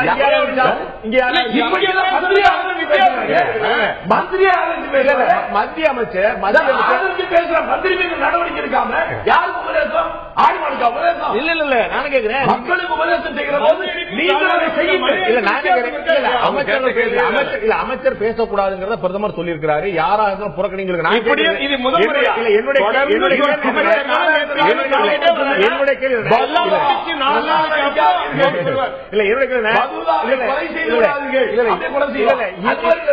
இந்து இயக்கத்தில் இருக்கக்கூடியவர்கள், இந்து இயக்கத்தை சேர்ந்தவர்கள் என்பதற்காக படுகொலை செய்யப்பட்ட போது நாடு முழுக்க நான் எதிர்பார்க்கல. ஒரு தமிழ்நாடு ஒரு தனித்தீவாக வைக்கப்பட இருந்து போட்டோம். தமிழ்நாட்டில் இந்த கொந்தளிப்பு வரலையே, இவ்வளவு பெரிய விவாதம் நம்ம பண்ணலையே. என்ன காரணம்? ஏன் அரசியல் கட்சி எல்லாம் கொந்தளிக்கலையே? ஒருத்தர் கூட தன்னுடைய கலைமாமணி படத்தை கூட விருது திருப்பி என்னங்கப்பா அப்படி கொண்டு இருக்கீங்க கேட்கலையே. அந்த விஷயத்தை கண்டிப்பாக எல்லா அமைப்புகளும் கண்டனம் தெரிவித்தது, முஸ்லிம் அமைப்புகள் முதல் கொண்டு. ஆனால் அதற்கும் இதற்கும் மந்திரி சொல்வதற்கும் இப்படிப்பட்ட ஒரு ரவுடி கும்பலாக மகேஷ் சர்மா பேசியது சென்னையில் ரவுடி கும்பல் இருக்கு. அதுக்கும் மதத்துக்கும் சம்பந்தம் இல்லை சார். மகேஷ் அப்படியே அதை பார்க்கல நீங்க. யூபி சம்பவத்தை தாத்ரி சம்பவத்துக்கு அது பிரச்சனை இல்லை சார். அவங்க நடவடிக்கை எடுக்கலாம். மந்திரியா பேசுறார், ஒரு எம்எல்ஏ ஆதரிச்சு பேசுறார். ஒரு எம்எல்ஏ சொல்றார் 45 லட்சம் கொலை செய்வதற்கு நான் வருத்தப்படவில்லை, 45 லட்சம் ரூபாய் ஏன் கொடுத்தார்கள் என்று கேட்கிறார். அது உங்களுக்கு தெரியலையா? சாதாரண ஒரு ரவுடி கும்பல் பேசுறதுக்கும் ஒரு பதவியேற்ற ஒரு எம்எல்ஏ மந்திரி பேசுறது வித்தியாசம் இல்லையா? அமைச்சர் பேசுவதை ஏற்க முடியாது. நீங்க சொல்றதுக்கு முன்னாடியே மகேஷ் சர்மாவுடைய பெயரையும் முக்தார் அப்பாஸ் நபி பெயரையும் சாட்சி மகாராஜ் பெயரையும் நான் சொல்லிக்கிட்டே இருக்கிறேன். மாற்று கருத்து இல்லை. நான் கேட்பது வேறு ஒரு கேள்வி. இங்க எழுந்த கொந்தளிப்புல 10ல் ஒருவங்க கூட அங்க ஏன் எழலை? இவ்வளவுதான் ஒரே ஒரு கேள்வி. ஒட்டுமொத்த தமிழக அரசியல்வாதிகள், ஒட்டுமொத்த இந்திய அரசியல்வாதிகள், ஒட்டுமொத்த நடுநிலைவாதிகள் ஒருவர் கூட ஏன் குரல்? குறிப்பாக இந்த விஷயத்தில் இந்த எல்லாம் கொலைப்பட்ட போதெல்லாம் இஸ்லாமிய அமைப்புகள் கடுமையான கண்டனத்தை தெரிவித்தனர். கண்டன அறிக்கை கொடுத்திருக்காங்க. மாற்று மத்திய அமைச்சர் சொல்லும்போது இங்க இருந்திருக்கக்கூடிய கொதிப்புக்கும் கொந்தளிப்புக்கும் அது நிகராக இருந்துச்சா நீங்க தான் பார்க்கணும். மத்திய அமைச்சர் சொல்வதற்கும் நிறைய வித்தியாசம் இருக்கு சார். இது ஒரு சாதாரண ரவுடி கும்பல் செய்யறதாக இருக்கலாம். இங்க கூட தமிழகத்தில் எத்தனையோ ரவுடி கும்பல் இருக்கு. அதுக்கு மதம் சாயம் பூச வேண்டாம். நான் அமைச்சர் பேசுனதை பத்தி அமைச்சர் பேசுனதை பத்தியே நான் பேசல. நான் பேசுறது அந்த கொலைக்கான கண்டனம், எதிர்வினை நாடு முழுக்க ஆற்றப்படுகிறது இல்லையா? கண்டிக்கிறோம்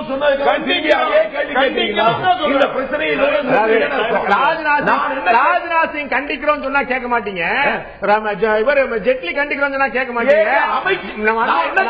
வேலுசாமி மத்திய அமைச்சர் ஒன்னா இல்லையே அமைச்சர் இருக்கிறவர் அமைச்சர் தப்பு பண்ற இல்ல நான் கண்டிக்கிறேன் என்ன இல்ல நான் கேட்கிறேன் என்ன பொருள் கேட்கிறேன் வேலுச்சாமி இதுக்கு இவ்வளவு உணர்ச்சி வசப்படுறாரு அப்ப உணர்ச்சி வசப்பட்டாரான்னு கேட்கிறேன் அவ்வளவுதான். நான் உணர்ச்சி வசப்பட்டா இல்லையான்னு உங்களுக்கு எப்படி தெரியும்? நான் பாத்துட்டு இருக்கேன் நான் கேமரா வச்சுக்கிட்டேன் எல்லா இடத்திலும் நானும் உணர்ச்சி வசப்பட்டிருக்கேன் அப்போதும் கோபிச்சிருக்கேன். முஸ்லீம்கள் இந்துவை கொலை செய்தாலும் இந்து முஸ்லீமை கொலை செய்தாலும் அல்லது இந்துவை கொலை செய்தாலும் அதை தவறுன்னு சொல்றவங்க நாங்க. நீங்க எங்களுடைய நோக்கத்தை வேறு விதமா திருப்புறீங்க. என்னுடைய கேள்வி என்பது பிரதமர் சொல்றாருல்ல இது தவறு, அந்த தவறு அவருடைய வாயிலிருந்து வந்ததா உள்ளத்திலிருந்து வந்ததா என்று மக்கள் எப்போது புரிந்து கொள்வார்கள்? அவருக்கு அமைச்சர்கள் இருக்கிற அமைச்சர் மீது நடவடிக்கை எடுத்தால் மட்டும்தான் அவர் உளப்பூர்வமாக சொல்லியிருக்கிறார். இல்லை என்றால் உதடு சொல்லுகிறது செயல் வேறுவாக செய்யுங்கள் என்று கட்டளையிடுறது பொருள். திரு கல்யாணராமன் நிகழ்ச்சியை முடிக்க வேண்டிய நேரம் இருக்கு. திரு சாட்சி மகாராஜ் சொல்றார், பசுவை கொல்வது என்பது என்னுடைய தாயை கொல்வது போல, அதை தடுப்பதற்காக நான் கொலையும் செய்வேன் கொல்லப்படவும் செய்வேன் அப்படின்னு சொல்றார். தன்னுடைய உயிரையும் தியாகம் செய்ய தயார், அடுத்தோட உயிரையும் எடுக்க தயார் சொல்றார். இவர் சொல்வதும் பாஜகவுடைய பாராளுமன்ற உறுப்பினர். இதற்கு நீங்கள் என்ன நியாயம் சொல்ல போறீங்க? அந்த கொலை ஒரு ஒரு தனி சம்பவம், accident, what ever it is. அமைச்சர் பெருமக்களும் பாராளுமன்ற உறுப்பினர்களும் இதை சொல்ல போறாங்க அப்படின்னா இந்த நாட்டுக்கு என்ன மாதிரியான மெசேஜ் நீங்க கொடுக்க போறீங்க? இதுல நம்ம ரீஜனல் பார்வைன்னு ஒண்ணு இருக்கு. கிரண் ரிஜிஜு மத்திய உள்துறை அமைச்சர், இணை அமைச்சரா இருக்கிறவர். அவர் அருணாச்சல் பகுதியை சேர்ந்தவர். அந்த பகுதிகளில் இந்த மாடு வெட்டுறது இதெல்லாம் சர்வசாதாரணமான ஒரு நிகழ்வு. ஒவ்வொரு ரீஜன், இப்ப தமிழ்நாடு பாருங்க, தமிழ்நாடு இந்த பசு சம்பந்தப்பட்ட இந்த நாட்டில தான், தமிழ்நாட்டில தான் மன்னனுக்கு படை எடுத்து போனா ஆணையரை கவர்தல்ன்றதுதான். முதல்ல அந்த ஊர்ல போய் பசுவை வெளியே எடுத்துட்டு போயிடுவான். அதுக்காக சண்டை போட்டு பசுவை காப்பாற்ற இங்க ஒரு பொறுப்பே இந்த நாட்டுல, தமிழ்நாட்டுல இன்னைக்கு அது மறைஞ்சு போச்சு. அதனால அதுக்கான இம்பார்ட்டன்ஸ் குறைஞ்சு போச்சு. ஆனா உத்தரப்பிரதேஷ்ல யாதவ சமுதாயம் பெரும்பான்மையா இருக்கக்கூடிய ஒரு பகுதியில பசு என்பது மாபெரும் புனிதமாக கருதப்படுவது. நீங்க போங்க காசி, மதுரா, எங்க வேணாலும் போங்க, பசுங்க கூட்டம் கூட்டமா இருக்க, மனிதர்கள் தான் ஒதுங்கி போவாங்க பசுக்களை பார்த்து. அப்படிப்பட்ட ஒரு புனிதத்தன்மையுடன் பார்க்கப்படும் ஒரு விஷயம் அந்த பகுதிகளில். அந்த பகுதியை சேர்ந்தவர் சாட்சி மகராஜ். அவருடைய பகுதிகளிலிருந்து வரும் எந்த ஒரு நபரும் இந்த பார்வையோடு தான் பார்ப்பாங்க. அதனாலதான் அந்த கொந்தளிப்பு, அதனாலதான் அந்த ரியாக்ஷன், அதனாலதான் அந்த கொலை நியாயப்படுத்தப்படவில்லை, கண்டிக்கப்படுகிறது. பிரதமர் நரேந்திர மோடி 2014 பாராளுமன்ற தேர்தல் பிரச்சாரத்தின் போது பிங்க் ரிவல்யூஷன் என்று மாட்டு இறைச்சிகளை அதிகப்படுத்திக் கொண்டிருக்கிறது மத்திய அரசு சொல்லி கடுமையான விமர்சனத்தை முன்வைத்தது பிரதமர் வேட்பாளராக இருந்த திரு நரேந்திர மோடி அவர்கள். ஆட்சிக்கு 1.5 ஆண்டுகள் ஆகிவிட்டது. பிங்க் ரிவல்யூஷனை தடுப்பதற்கான ஏற்றுமதி தடை செய்திருக்க வேண்டியதானே? பசு பாதுகாப்பு இயக்கம் உங்களெல்லாம் நீங்க எல்லாம் சகோதரர்கள் தானே, சங் பிரிவார்கள் தானே, எல்லாமே செஞ்சிருக்க வேண்டியதானே? தொடர்ந்து வற்புறுத்தி தான் வந்துட்டு இருக்கோம். கேட்க மாட்டாங்க, வற்புறுத்தீங்க. அங்கேயே தான் வற்புறுத்த நாங்க எவ்வளவோ அதுக்கான முயற்சிகள் நாங்க செஞ்சுட்டு தான் இருக்கோம். அதனுடைய முயற்சி தான் காங்கிரஸ் செய்யறதுக்கு நீங்க தகுதி போட வேண்டியிருக்கலாம். அவர்கள் கொள்கையில ஏற்பாடு இல்லைன்னு சொல்லுவாங்களா? இது உங்க ஆட்சியாச்சே. ஒரு போன் போதுமே நாக்பூர்ல இருந்து டெல்லியில வேலை நடக்குமே. கண்டிப்பா கட்டாயம் நடக்கும், வெகு விரைவில். அதனுடைய சிம்டம்ஸ் தான் இது. எதுங்க பயமுறுத்துறீங்க? அதனுடைய பசுவதை தடை சட்டம் வரப்போறதுடைய எப்படி வரும் காட்டுறீங்களா? இப்படி 302 போட போறீங்களா? பசுவை கொண்டா ஆளை கொண்டதுக்காக நீங்க ஆளை கொண்டதுக்கே போறீங்க. நீங்க விவாதங்கள், ஒரு ஆக்கப்பூர்வமான விவாதங்கள், அது பசு பத்தியே இல்ல, பசு பேர்ல நடத்தப்பட்ட கொலை பற்றி. கொலை இந்த விவாதம் நான் சொல்றேன். இந்த ஒரு விவாதத்தை நான் சொல்லல, டோட்டல் ஆல் ஓவர் இந்தியா ஃபுல்லா, பாரதம் ஃபுல்லா நடந்துட்டு இருக்க விஷயத்தை பத்தி சொல்லிட்டு இருக்கேன் நான். திரு ஜவஹர்லால் கேட்க விரும்புறேன். இந்த பசுவதைங்கிறது ஒரு நாள் நடந்துட்டு இருக்கக்கூடிய விஷயம் இல்ல. இந்த மத பிரச்சனைகள் ஒரு இடத்துல நடந்துட்டு விஷயம் இல்ல. உத்தரப்பிரதேசத்துல 2010 இருந்து கிட்டத்தட்ட ஒவ்வொரு ஆண்டும் 100க்கும் மேற்பட்ட சம்பவங்கள். 2010 121, அதுக்கப்புறம் 84, அப்புறம் 13 118, அதுக்கப்புறம் 247, 2015, இந்த வருஷம் 133 வரைக்கும் நடந்திருக்கு. எவ்வரி இயர் யூபி ஒரு கலவரம் புரோன், ஆக்சிடென்ட் புரோன் ஏரியா மாதிரி, ஒரு கலவரம் புரோன் ஏரியா மாதிரி ஒரு ஆயிட்டு இருக்குது. அப்ப முலாயம் சிங் யாதவ் ஆட்சி நடந்து மத்தியில காங்கிரஸ் ஆட்சி நடந்தாலும் பிஜேபி மேலதான் குற்றச்சாட்டு. இப்ப முலாயம் சிங் ஆட்சி நடந்து மத்தியில பிஜேபி ஆட்சி நடந்தாலும் பிஜேபி மேலதான் குற்றச்சாட்டு. எப்படி சரி? இல்ல, இதை செய்வதெல்லாம் இந்துத்துவ அமைப்பினர். அதுதான் முக்கியம். யார் ஆட்சியில இருக்கிறாங்க, அது இன்னொன்னு சட்டம் ஒழுங்கை காக்க வேண்டிய மத்திய அரசு இருக்கா, மாநில அரசு இருக்கா? சட்டம் ஒழுங்கை காக்க வேண்டியது மாநில அரசுகிட்ட தான் இருக்குது. பலத்தால் முலாயம் சிங் அரசு காக்க தவறிவிட்டதுன்னு சொல்லாம அதுக்கும் பிரதமர் மோடி என்ன செய்யறாங்க, முலாயம் சிங் என்ன செய்யறாங்க? இது முதல் பிரச்சனை. அகிலேஷ் யாதவ் ஏன் வாய் திறக்கல நம்ம கேட்டுக்கணும். அதாவது 17 மாத கால ஆட்சியிலே இது என்ன முதல் சம்பவமா? இதுவரைக்கும் 1000க்கும் மேற்பட்ட முஸ்லிம்கள் கொல்லப்பட்டிருக்காங்க. 2400 மதக்கலவர்கள் உருவாயிருக்கு. இது யாரு இந்துத்துவ அமைப்பு? இந்த புள்ளிவரம் சரியான எனக்கு தெரியல. தெரியல. நான் ஏற்கனவே உங்கள்ட்ட சொன்ன 2010 இருந்து நான் சொல்லிட்டு இருக்கேன். 100க்கும் மேற்பட்ட மத தகராறுகள் ஒவ்வொரு ஆண்டும் யூபில நடந்துட்டு இருக்கு. அதுக்கெல்லாம் யாரும் அதுக்கும் பிஜேபி இந்துத்துவ அமைப்பு மேல வந்து மன்மோகன் சிங் அரசு, கீழே வந்து முலாயம் சிங் அரசு. சார் இதை செய்வது யார்? அதுதான் முக்கியம். இதை செய்வது யார்? இந்துத்துவ அமைப்பினர். எந்த தைரியத்தில் சொல்றாங்க? மத்தியிலே அவர்கள் ஆட்சியில் இருக்காங்க. ஒன்னே 14 முன்னாடி 14க்கு முன்னாடி நாங்க 14க்கு முன்னாடி யாரை சொல்லி மன்மோகன் சிங் சப்போர்ட் பண்ணிட்டு இருந்தாங்க. இருந்தாலும் செய்து கொண்டிருப்பது இந்த இந்துத்துவ அமைப்பினரை ஊக்கப்படுத்திக் கொண்டிருப்பது பாரதிய ஜனதா கட்சியும் RSS இயக்கங்களும் தான். ஒன்னே ஒன்று சொல்லி என் வார்த்தையை நிறைவு செய்கிறேன். அதாவது இந்த நாட்டில் மதசார்பற்ற நாட்டில் இந்துக்களுடைய பண்டிகை இது தீபாவளி. எத்தனையோ வான வேடிக்கையை வெடிக்கிறாங்க. அதாவது வெடிகுண்டு அணுகுண்டு எல்லாம் வெடிக்கிறாங்க. அது மக்களுக்கு எவ்வளவுக்கெல்லாம் எங்க பக்கத்தில் இருக்க முஸ்லிம்களுக்கு பாதிப்பு ஏற்படுது. நாங்க பெருந்தன்மையா பொறுத்துக் கொள்கிறோம். காலையில 5 மணிக்கு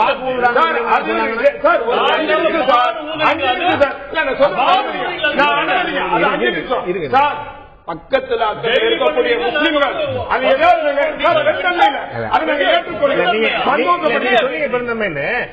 அதே பெருந்தன்மையோட திருவள்ளிக்கேணியில பிள்ளையார் சிலை அனுபவிச்சிட வேண்டியதானே சார்? அதுதான் சொல்றேன். புனிதம் சொல்றாங்க. அதே மாதிரி புனிதம் சொல்றாங்க. அதே மாதிரி மசூதி எங்களுக்கு புனிதமானது. அந்த வழியிலேயே மான வேடிக்கைகளையும் அங்க மேலத்தங்களை அடித்து போக வேண்டும். அது புனிதம் இல்லையா? பக்கத்தில் நடக்க கூடாது. நடக்க வேணாம் சொல்லுங்க. மசூதி கிட்ட அடிக்கிறது அப்படியே பக்கத்து வீட்டுல ஹிந்து இருக்கிறாரு, பாங்க சுத்தம் ஏற்க முடியாது சொன்னா சரியா இருக்கும். 5 நிமிடம் சார். இதெல்லாம் இது வந்து சகிப்புத்தன்மைக்கு பெருந்தன்மைக்கு இதெல்லாம் இந்தியாவுடைய அடிப்படை. அதே மாதிரி இதைத்தான் ஜனாதிபதி பேசினாரு. ஜனாதிபதி இந்துக்களுக்கு மட்டுமல்ல இந்தியர்களுக்கு. ஜனாதிபதி பேசியது இந்துக்களுக்கு அல்ல இந்தியர்களுக்கு. Both side. தீபாவளி பட்டாசு நீங்க பொறுத்துக்கணும், உங்களுடைய பாங்க நாங்க பொறுத்துக்கணும். அவங்க எல்லாருமே நாங்க பொறுத்துக் கொண்டோம். இந்த ஆயுத பூஜைக்கு அம்மாவாசைக்கு பூசணிக்காய் எங்க வீட்டு வாசல்லே ஒடுக்கிறீங்க. நாங்க எவ்வளவு பேருக்கு பாதிப்படுறது ஏதாவது பத்தி கேட்டோமா?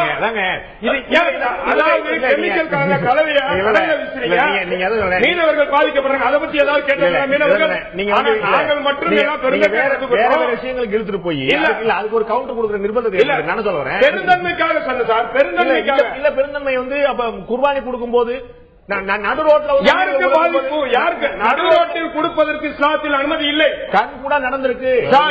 தவறு. நடு ரோட்டில் கொடுப்பது இஸ்லாத்தில் அனுமதி இல்லை. அது தவறு இல்ல. இது வந்து யாருடைய பெருந்தன்மை கிடையாது சார். நம்முடைய மத ரீதியான வானவேடிக்கை உடைப்பது மத ரீதியான அடிப்படை கடமை சார். நாங்கள் இந்துக்களை இஸ்லாமியர்கள் ஏற்பதும் இஸ்லாமியர்கள் இந்துக்கள் கடமை. இஸ்லாமியர்களுக்கு மட்டும் ஏதாவது ஒரு கோட்பாடுகள் இருந்தால் அதை மட்டும் இந்துத்துவ அமைப்புகள் குறை சொல்வதும் அவர்கள் மீது தாக்குதல் நடத்துவதும் நீங்க தான் குறை சொன்னீங்க. நீங்க எல்லாம் பட்டாசு எல்லாம் போடுறீங்க. எங்கள் பிரச்சனை நீங்க தான். நாங்க ஏற்றுக்கொள்கிறோமா இல்லையா? எங்களுடைய சகோதரர்கள் வான வேடிக்கை வெடிக்கிற நாங்களும் ரசிக்கின்றோம். அதே மாதிரி அமாவாசைக்கு பூசணிக்காய் உடைச்சா கூட நாங்க வலிக்கு விழுந்தா கூட அதையும் ஏத்துக்கிறோம். நம்ம சமையல் பண்றாங்க. அது முஸ்லீமுக்காக வைக்கப்பட வாசல்லையே சாரி பல இடங்கள்ல முஸ்லீம் கடைகள் வாசல்ல வெடிக்கிறாங்க உடைக்கிறாங்க. நாங்கெல்லாம் பெருந்தன்மையாக அதை சந்தோஷப்படுகிறோம், ஏற்றுக்கொள்கிறோம். பக்கத்துல ஒருத்தர் இருக்கும்போது எல்லாரும் விட்டு கொடுக்க வேண்டியது அடிப்படை. எங்களை மட்டுமே குறை சொல்கிறார்கள். ஜனாதிபதி அவர்கள் வந்து ஒரு முக்கியமான கருத்தை எழுப்பியிருந்தார். அதற்கு பிறகு பிரதமர் நரேந்திர மோடி ஒரு ஆழமான விஷயத்தை சொல்லியிருக்கார். எந்த அளவுக்கு நடைமுறைப்படுத்த போகிறார் என்பது பொறுத்து பார்க்க வேண்டிய விஷயம். பிரதமர் அவர்கள் சொன்ன விஷயம் தன்னுடைய கட்சியிலிருந்து ஆரம்பிக்க வேண்டும். அந்த கட்சியிலிருந்து ஆரம்பிக்குமா? நிச்சயமாக மத வெறியாட்டங்கள் என்பது எந்த பெயரிலாக இருந்தாலும் எந்த சமூகத்துக்காக இருந்தாலும் ஏற்றுக்கொள்ளவே முடியாத ஒரு காட்டுமிராண்டித்தனமான விஷயம், கற்காலத்துக்கு கொண்டு போகக்கூடிய விஷயம். அப்படி இல்லாமல் நாகரிகமான மனிதர்கள் நாம் என்பதை உலகுக்கு பறைசாற்ற வேண்டிய நிர்பந்தம் நமக்கு இருக்கிறது. அந்த காலச்சூழல் இருக்கிறது. சர்வதேச சமுதாயங்களை உற்று நோக்கி கொண்டக்கூடிய இந்த சூழல்ல நாம் இதுபோன்ற சம்பவங்களை ஊக்குவிப்பதும் நியாயப்படுத்துவதும் எந்த சூழலும் ஏற்றுக்கொள்ள முடியாது. இதில் எல்லோருக்குமே கடமை இருக்கிறது. இந்துக்கள் இஸ்லாமியர்கள் இல்லாமல் இந்தியர்கள் அனைவருக்கும் கடமை இருக்கிறது. முதல் கடமை, பெரிய கடமை மத்திய அரசுக்கும் மத்திய அமைச்சர் பெருமக்களும் இருப்பதாக நினைக்கிறேன். இந்த நிகழ்ச்சியில் கலந்து கருத்து 4 பேருக்கும் நன்றி. பார்த்த உங்களுக்கும் நன்றி.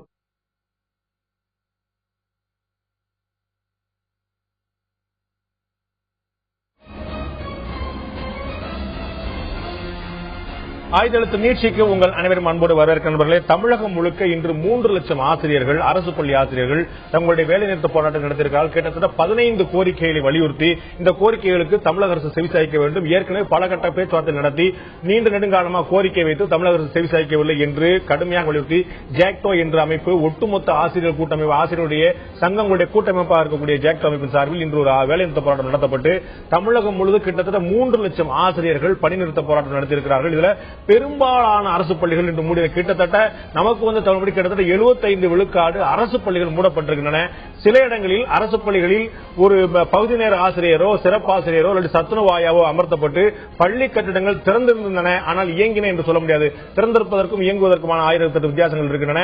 சோ ஆசிரியர்கள் நேற்றே மாணவர்களை அழைத்து நாளைக்கு பள்ளிக்கு வர வேண்டாம் என்று சொல்லிவிட்டார்கள். பெற்றோர் அழைத்து நாளைக்கு பள்ளிக்கு வர வேண்டாம் சொல்லிவிட்டார்கள். இன்று பள்ளிக்கு பெரும்பாலான அரசு பள்ளி மாணவர்கள் வரவில்லை. ஒட்டுமொத்தமாக தமிழ்நாட்டில் இருக்கக்கூடிய அரசு பள்ளிக்கூடங்களை மிகப்பெரிய ஸ்தம்பிக்க வைத்த இந்த போராட்டம் வெற்றி என்று பார்க்க வேண்டுமா, அல்லது அரசுடைய தோல்வி என்று பார்க்க வேண்டுமா, அரசு இதை சரியான முறையில் கட்டுப்படுத்த தவறிட்டு என்று பார்க்க வேண்டுமா, அல்லது இந்த அரசு பள்ளி ஆசிரியருடைய கோரிக்கையில் நியாயம் இருக்கிறது, அந்த நியாயத்துக்கு கிடைத்த வெற்றி தான் என்று பார்க்க வேண்டுமா? இதை பற்றி தான் இன்றைய ஆயுதத்தில் நீச்சல் நாம் விவாதிக்க இருக்கிறோம். அர்த்தமுள்ளதா ஆசிரியருடைய போராட்டம் என்பதுதான் பிரதான கேள்வி. நிகழ்ச்சி இந்த போய் நம்முடைய ஆசிரியர் சங்கங்களைச் சேர்ந்த முதுநிலை பட்டதாரி ஆசிரியர் கழகத்துடைய முன்னாள் பொதுச் செயலாளர் திரு விஜயகுமார் நம்முடைய இருந்திருக்கார். உங்களை நிகழ்ச்சிக்கு வரவேற்கிறேன். அதே போல திரு மாஃபா பாண்டியராஜன் அதிமுக இருப்பு கொண்ட விருந்தினர் சட்டமன்ற உறுப்பினர் மாஃபா பாண்டியராஜன் இருக்கிறார். உங்களை நிகழ்ச்சிக்கு வரவேற்கிறேன். திரு விஜயகுமார் கேட்க விரும்புகிறேன், உங்களுடைய கோரிக்கைகள் 15 கோரிக்கைகள் ஒட்டுமொத்தமாக இருந்தன. இதுல 3 கோரிக்கைகள் தான், கோரிக்கை எண் 5, 13, 14 3 கோரிக்கை தான் பொது விஷயங்கள் அடிப்படையிலான கோரிக்கை. மித்த 12 கோரிக்கைகள் எங்களுக்கு சம்பளத்தை கூடு, பங்களிப்பு ஓய்வூதியத்தை கூடு, அந்த திருத்தத்தை கூடு, மற்ற இழப்பீட கூடு, எங்களுக்கு டிஇடி தேர்வு நடத்தாத, எங்களை வந்து நேரடியாக கொண்டு வந்து பணிவு படிப்பை கொண்டு வந்து முழுக்க முழுக்க உங்களுடைய சொந்த நலன் சார்ந்த விஷயங்களுக்காக 3 லட்சம் ஆசிரியர்கள் இறங்கி கிட்டத்தட்ட ஒரு கோடி மாணவர்கள், 1 கோடிக்கு மேற்பட்ட பல கோடி மாணவர்களுடைய எதிர்காலத்தை கேள்விக்குள்ளாக்குவீர்களா?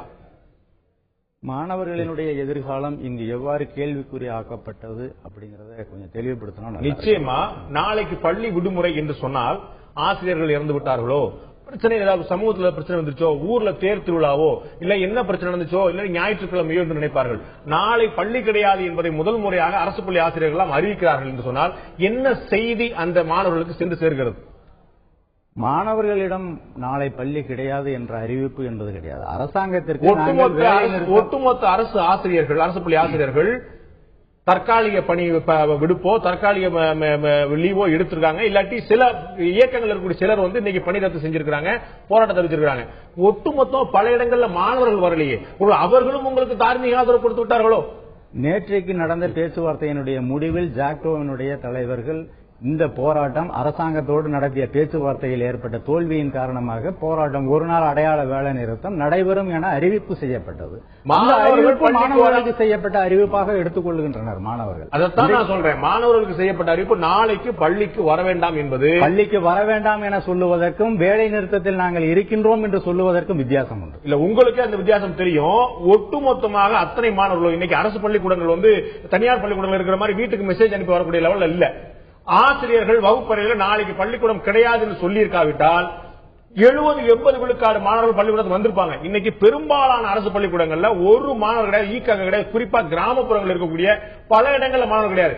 ஒட்டுமொத்தமா மாணவர்கள் எப்படி ஆசிரியர்கள் புறக்கணிப்பாங்க, மாணவர்கள் புறக்கணிப்பாங்க. கடந்த கால வரலாறு இருக்கின்றது. ஏற்கனவே ஜாக்டோ ஜியோ போராட்டங்களில் நாம 2003 நடந்த போராட்டம், 86 நடந்த போராட்டம், 88 நடந்த போராட்டங்கள், இந்த போராட்டங்களில் பொதுவாக அனைத்து ஆசிரியர் சங்கங்களும் இணைந்து ஒரு போராட்டத்தினை தங்களுடைய கோரிக்கைகளுக்காக, தங்களுடைய உரிமைகளை நிலைநாட்டுவதற்காக, பணி பாதுகாப்புக்காக, மாணவர்கள் நலனுக்காக நடத்துகின்ற பொழுது இந்த வேலை நிறுத்தம் என வருகின்ற பொழுது மாணவர்களுக்கு அது அறிந்த விஷயம்தான். வேலை நிறுத்தம் என்றால் ஆசிரியர்கள் பள்ளிக்கு வரமாட்டார்கள், அப்ப நாம அங்க போய் என்ன பண்ண போறோம் அப்படிங்கிற ஒரு பார்வை மாணவர்கள் மத்தியில் இருப்பது தவிர்க்க முடியாத ஒன்றாக 11ஆவது வகுப்பு 12ஆம் மாணவர்கள்ட்ட இருக்கலாம். நான் வந்து புரிஞ்சுக்கிறேன். நானு 3ஆவது வகுப்பு 4ஆவது வகுப்பு 6ஆவது வகுப்பு 7ஆவது மாணவர்கள் இன்றைக்கு இருக்கிற கம்யூனிகேஷனும் இன்றைக்கு இருக்கிற மாணவர்கள்ட்ட இருக்கிற அவேர்னஸ் அப்படிங்கிறது. நீங்க சென்னையில வேலை செய்ய அசோகனூர்ல இருக்கிறீங்கன்னு நினைக்கிறேன். நான் சொல்றது வந்து குமாப்பட்டிலையும் உண்டுவளந்தாம்பட்டிலையும் யோசிச்சு பாத்தீங்கன்னா அந்த இடங்கள்ல வந்து இதெல்லாம் இருக்குதான்னு நீங்க அனைத்து மாணவர்களுக்கும் கம்யூனிகேஷன் அப்படிங்கிறது இருக்குது, இல்லங்கிறதெல்லாம் கிடையாது. ஆசிரியர் கம்யூனிகேஷன் இருந்தா சரிதான். டிவிக்கள் மூலமாக சம்பளம் எங்களுடைய கோரிக்கைகள் என்று கூட சொல்லாமல் எங்களுடைய உரிமைகளுக்கு பள்ளிகளுக்காக நாங்கள் நடத்திய போராட்டம் என்று சொல்லும் போது, சம்பளம் உங்களுடைய உரிமையாகும் போது, பள்ளிகளுடைய அரசு பள்ளிகளுடைய தரம் யாருடைய உரிமையாக இருக்கும்? கண்டிப்பாக எங்களுடைய உரிமைகள். அரசு பள்ளிகளுடைய தரம் அரசு பள்ளியுடைய தரம் இன்றைக்கு பொதுமக்கள் மத்தியில தனியார் பள்ளிகளுக்கு நிகராக இருப்பதா நீங்க சொல்ல முடியுமா? தனியார் பள்ளிகளையும் அரசு பள்ளிகளையும் ஒப்பிடுகின்ற தன்மை என்பது ஒரு தவறான பார்வை என்பது என்னுடைய கருத்து. மத்திய அரசு ஊழியர்களையும் தமிழக அரசு ஊழியர்களையும் ஒப்பிடுவது சரியான பார்வை. மத்திய அரசுக்கு இவ்வளவு சம்பளம் கொடுத்திருக்கியே, மாநில அரசு இவ்வளவு சம்பளம் கொடுத்து சொல்றது சரியான பார்வை. தனியார் பள்ளியும் அரசு பள்ளியும் ஒப்பிடுவது தவறான பார்வை. ஆமாம், கண்டிப்பாக.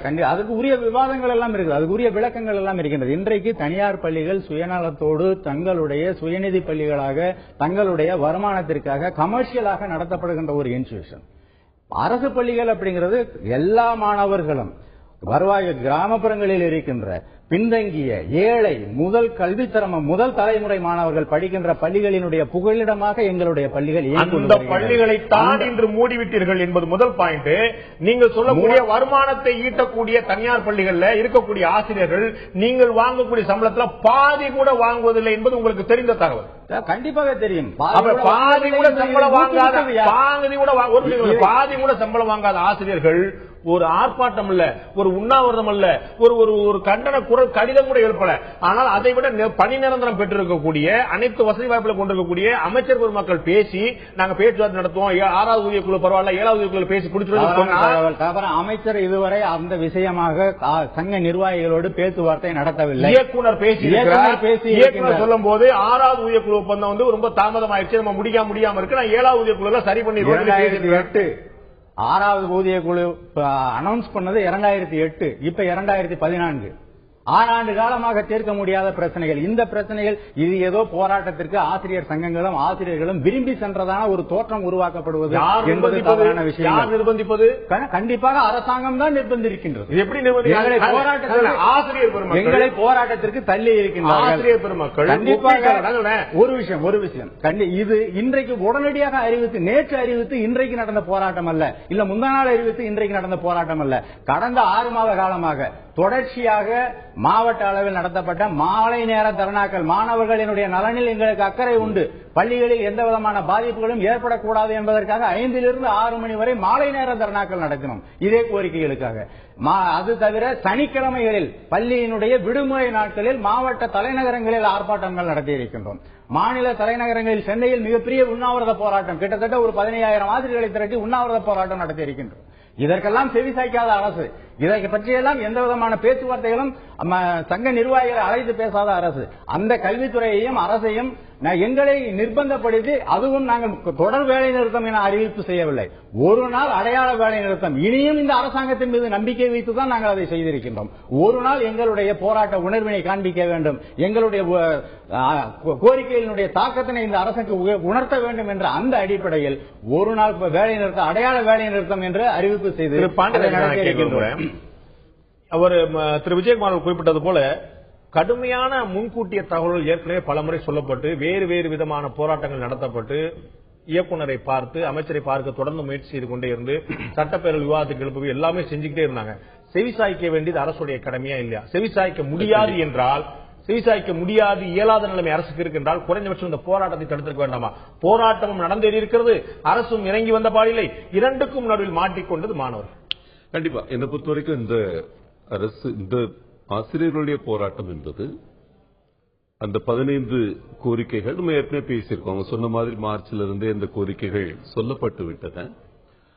ஜாக்டோவோட ரெப்ரசன்டேட்டிவ் கேரக்டர் அதை அரசாங்கம் கொஞ்சம் தவறா மதிப்பிட்டுருச்சு நான் நினைக்கிறேன். இதை பொறுத்த வரைக்கும் இன்னைக்கு 27 சங்கங்கள் இணைந்து உருவாக்கிய இந்த ஜாக்டோ அமைப்பு எந்த அளவுக்கு ரெப்ரசன்டேட்டிவா இருக்கு அப்படின்றதுல ஒரு மாற்று கருத்து இருக்குன்னு நினைக்கிறேன் அரசாங்கத்துக்கு.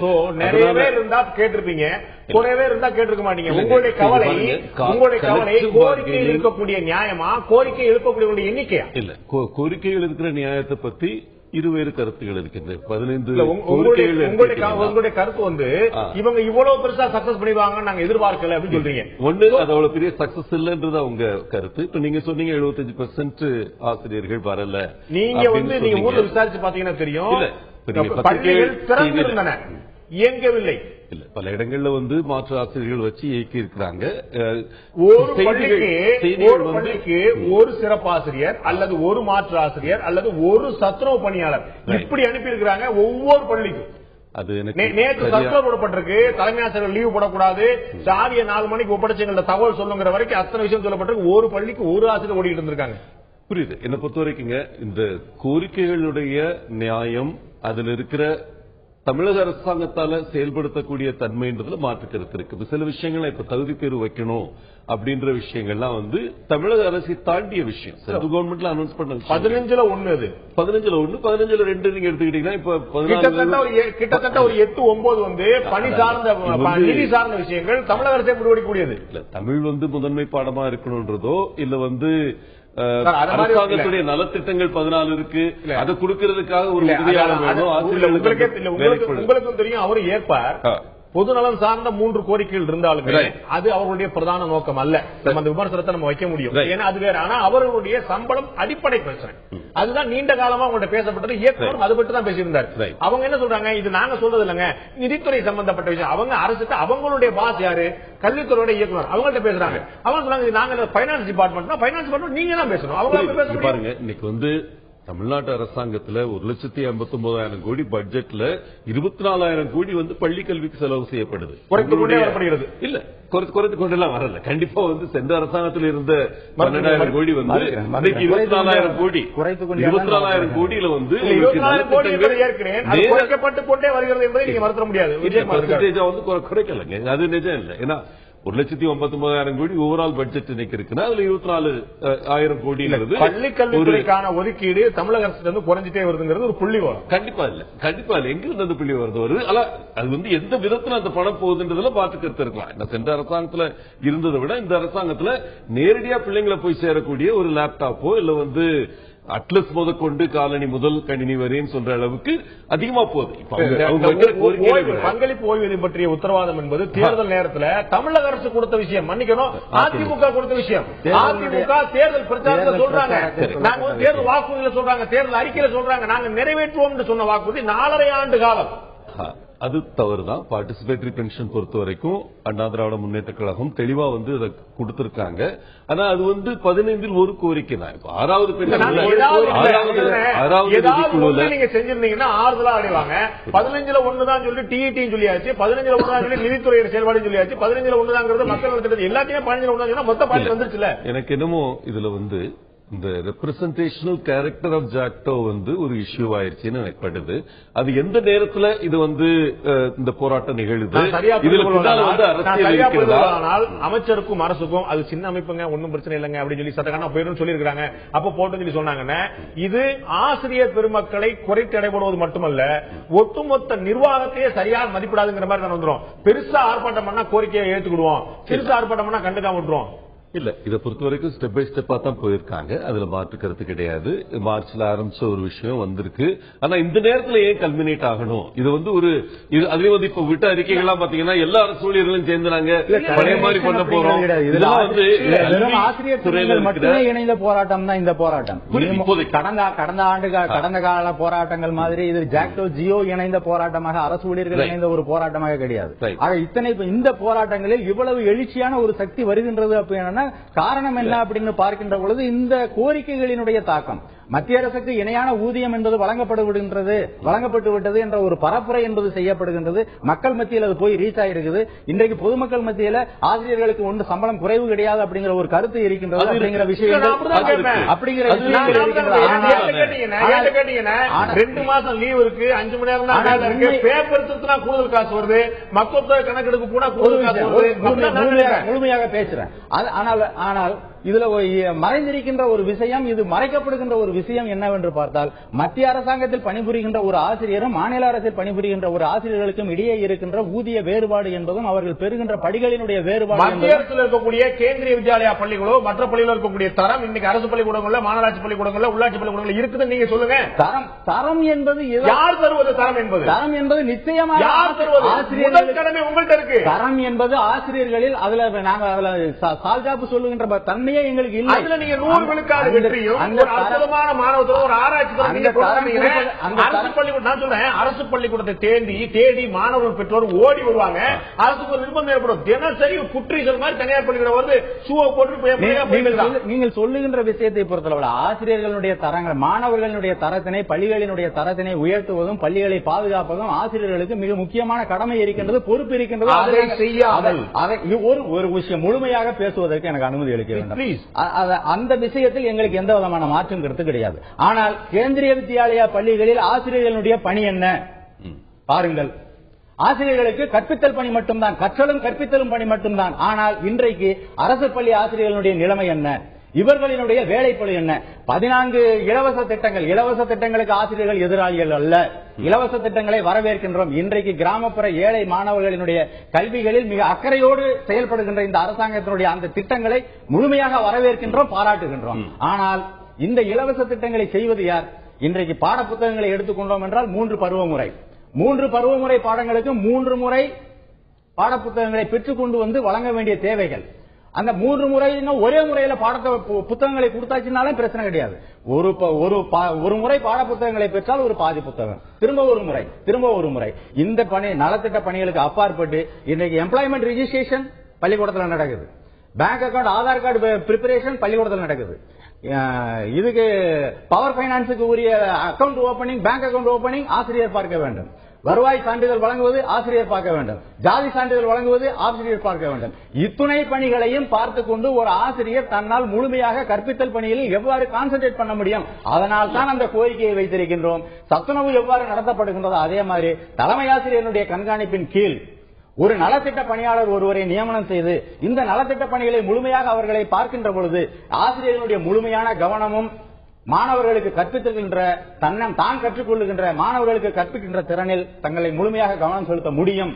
அந்த வகையில் எங்களுக்கு ஒரு கோரிக்கையை வைத்திருக்கின்றோம், மாணவர்களுடைய நலன் பாதுகாப்பதற்காக. உங்களுடைய பதில், அவர் சொன்னது ஒரு வேலிடான அவங்களோட கம்மியா நாங்க வாங்கிட்டு இருக்கிறோம், அவங்களோட கூடுதலா வேலை பார்த்துட்டு இருக்கிறோம், மற்ற துறைகள் செய்ய வேண்டிய வேலையில் நாங்க பார்த்துட்டு இருக்கிறோம்.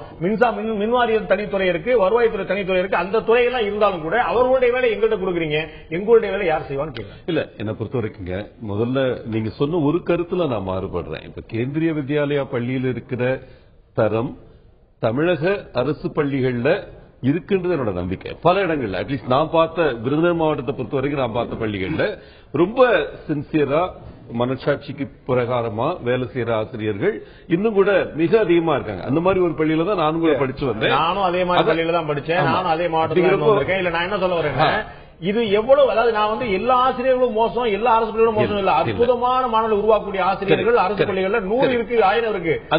அதோட விழுக்காடு என்னங்க நம்ம பாக்கிறோம். இன்னைக்கு பொதுமத்தியில தனியார் பள்ளிகள் நோக்கி போயிட்டு இருக்காங்க. அது ஓகே, நம்ம விஜயகுமார் சார் வாங்கிட்டோம். அரசு செய்ய வேண்டிய கடமை என்ன? எல்லா சுமையும் ஆசிரியர்கள் மேல் திணித்து விட்டு. இல்ல நான் அதுல மாறுபடுறேன். இப்ப அந்த 14 விலை மதிக்க முடியாத பொருட்கள் சொல்றீங்க, நீங்க இலவசம் சொல்றீங்க, அது இதோட சேர்றதுனாலதான் இன்னைக்கு தமிழகத்துடைய அரசு பள்ளிகள் தரத்திலும் இப்ப 100% சொன்னீங்க, 100% வாங்குறவங்க இப்ப அரசு பள்ளிகள்ல அதிகமாயிட்டாங்க. அந்த பெர்சன்டேஜ் மிக அதிகமாகிவிட்டது.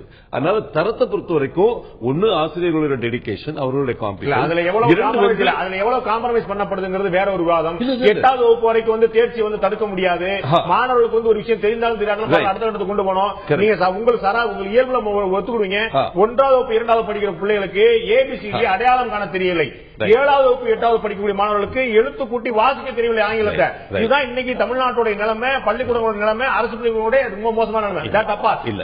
அவர் கேட்கறது எனக்கு நீ கல்வியில அவ்வளவு பெரிய பணிச்சுமை ஏற்படுத்திட்டு ஏன் நீ குவாலிட்டி எப்படி எதிர்பார்க்கறங்கிற கேள்வி. நீங்க பணிச்சுமை ஏற்படுத்துற அந்த பணிச்சுமை இங்க பாருங்க, நான் டீச்சிங் ஸ்டாஃப் இருக்கிறாங்க ஒரு பள்ளியில இது கொஞ்சம் ஏற்படுத்தப்பட்ட ஒரு விஷயம் நினைக்கிறேன். அது அதை பொறுத்த வரைக்கும் இப்ப அவங்களுடைய டைம் 8 மணி நேரம் இருக்குன்னா அதுல எந்த அளவுக்கு அந்த கோரிக்கை முதல்ல எடுத்துக்கிட்டீங்கன்னா அதுல நியாயம் இல்ல நான் சொல்ல மாட்டேன். நான் டீச்சிங் ஸ்டாஃப் அதிகப்படுத்தணும். இப்ப இருக்கிற டீச்சிங் ஸ்டாஃப் நான் டீச்சிங் ஸ்டாஃப் ரேஷியோவை மறுபடியும் பார்க்கணும். அதுல வந்து எந்த அளவுக்கு அந்த நான் டீச்சிங் ஸ்டாஃப் அதிகப்படுத்த முடியுமோ அதை அதிகப்படுத்தணும்.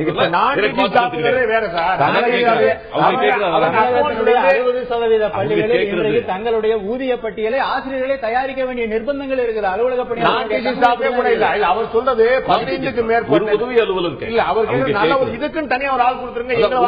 நான் டீச்சிங் ஸ்டாஃப் அவங்க கேட்கறது நான் டீச்சிங் ஸ்டாஃப் தான் கேட்கறாங்க, ஒரு உதவி அலுவலர்.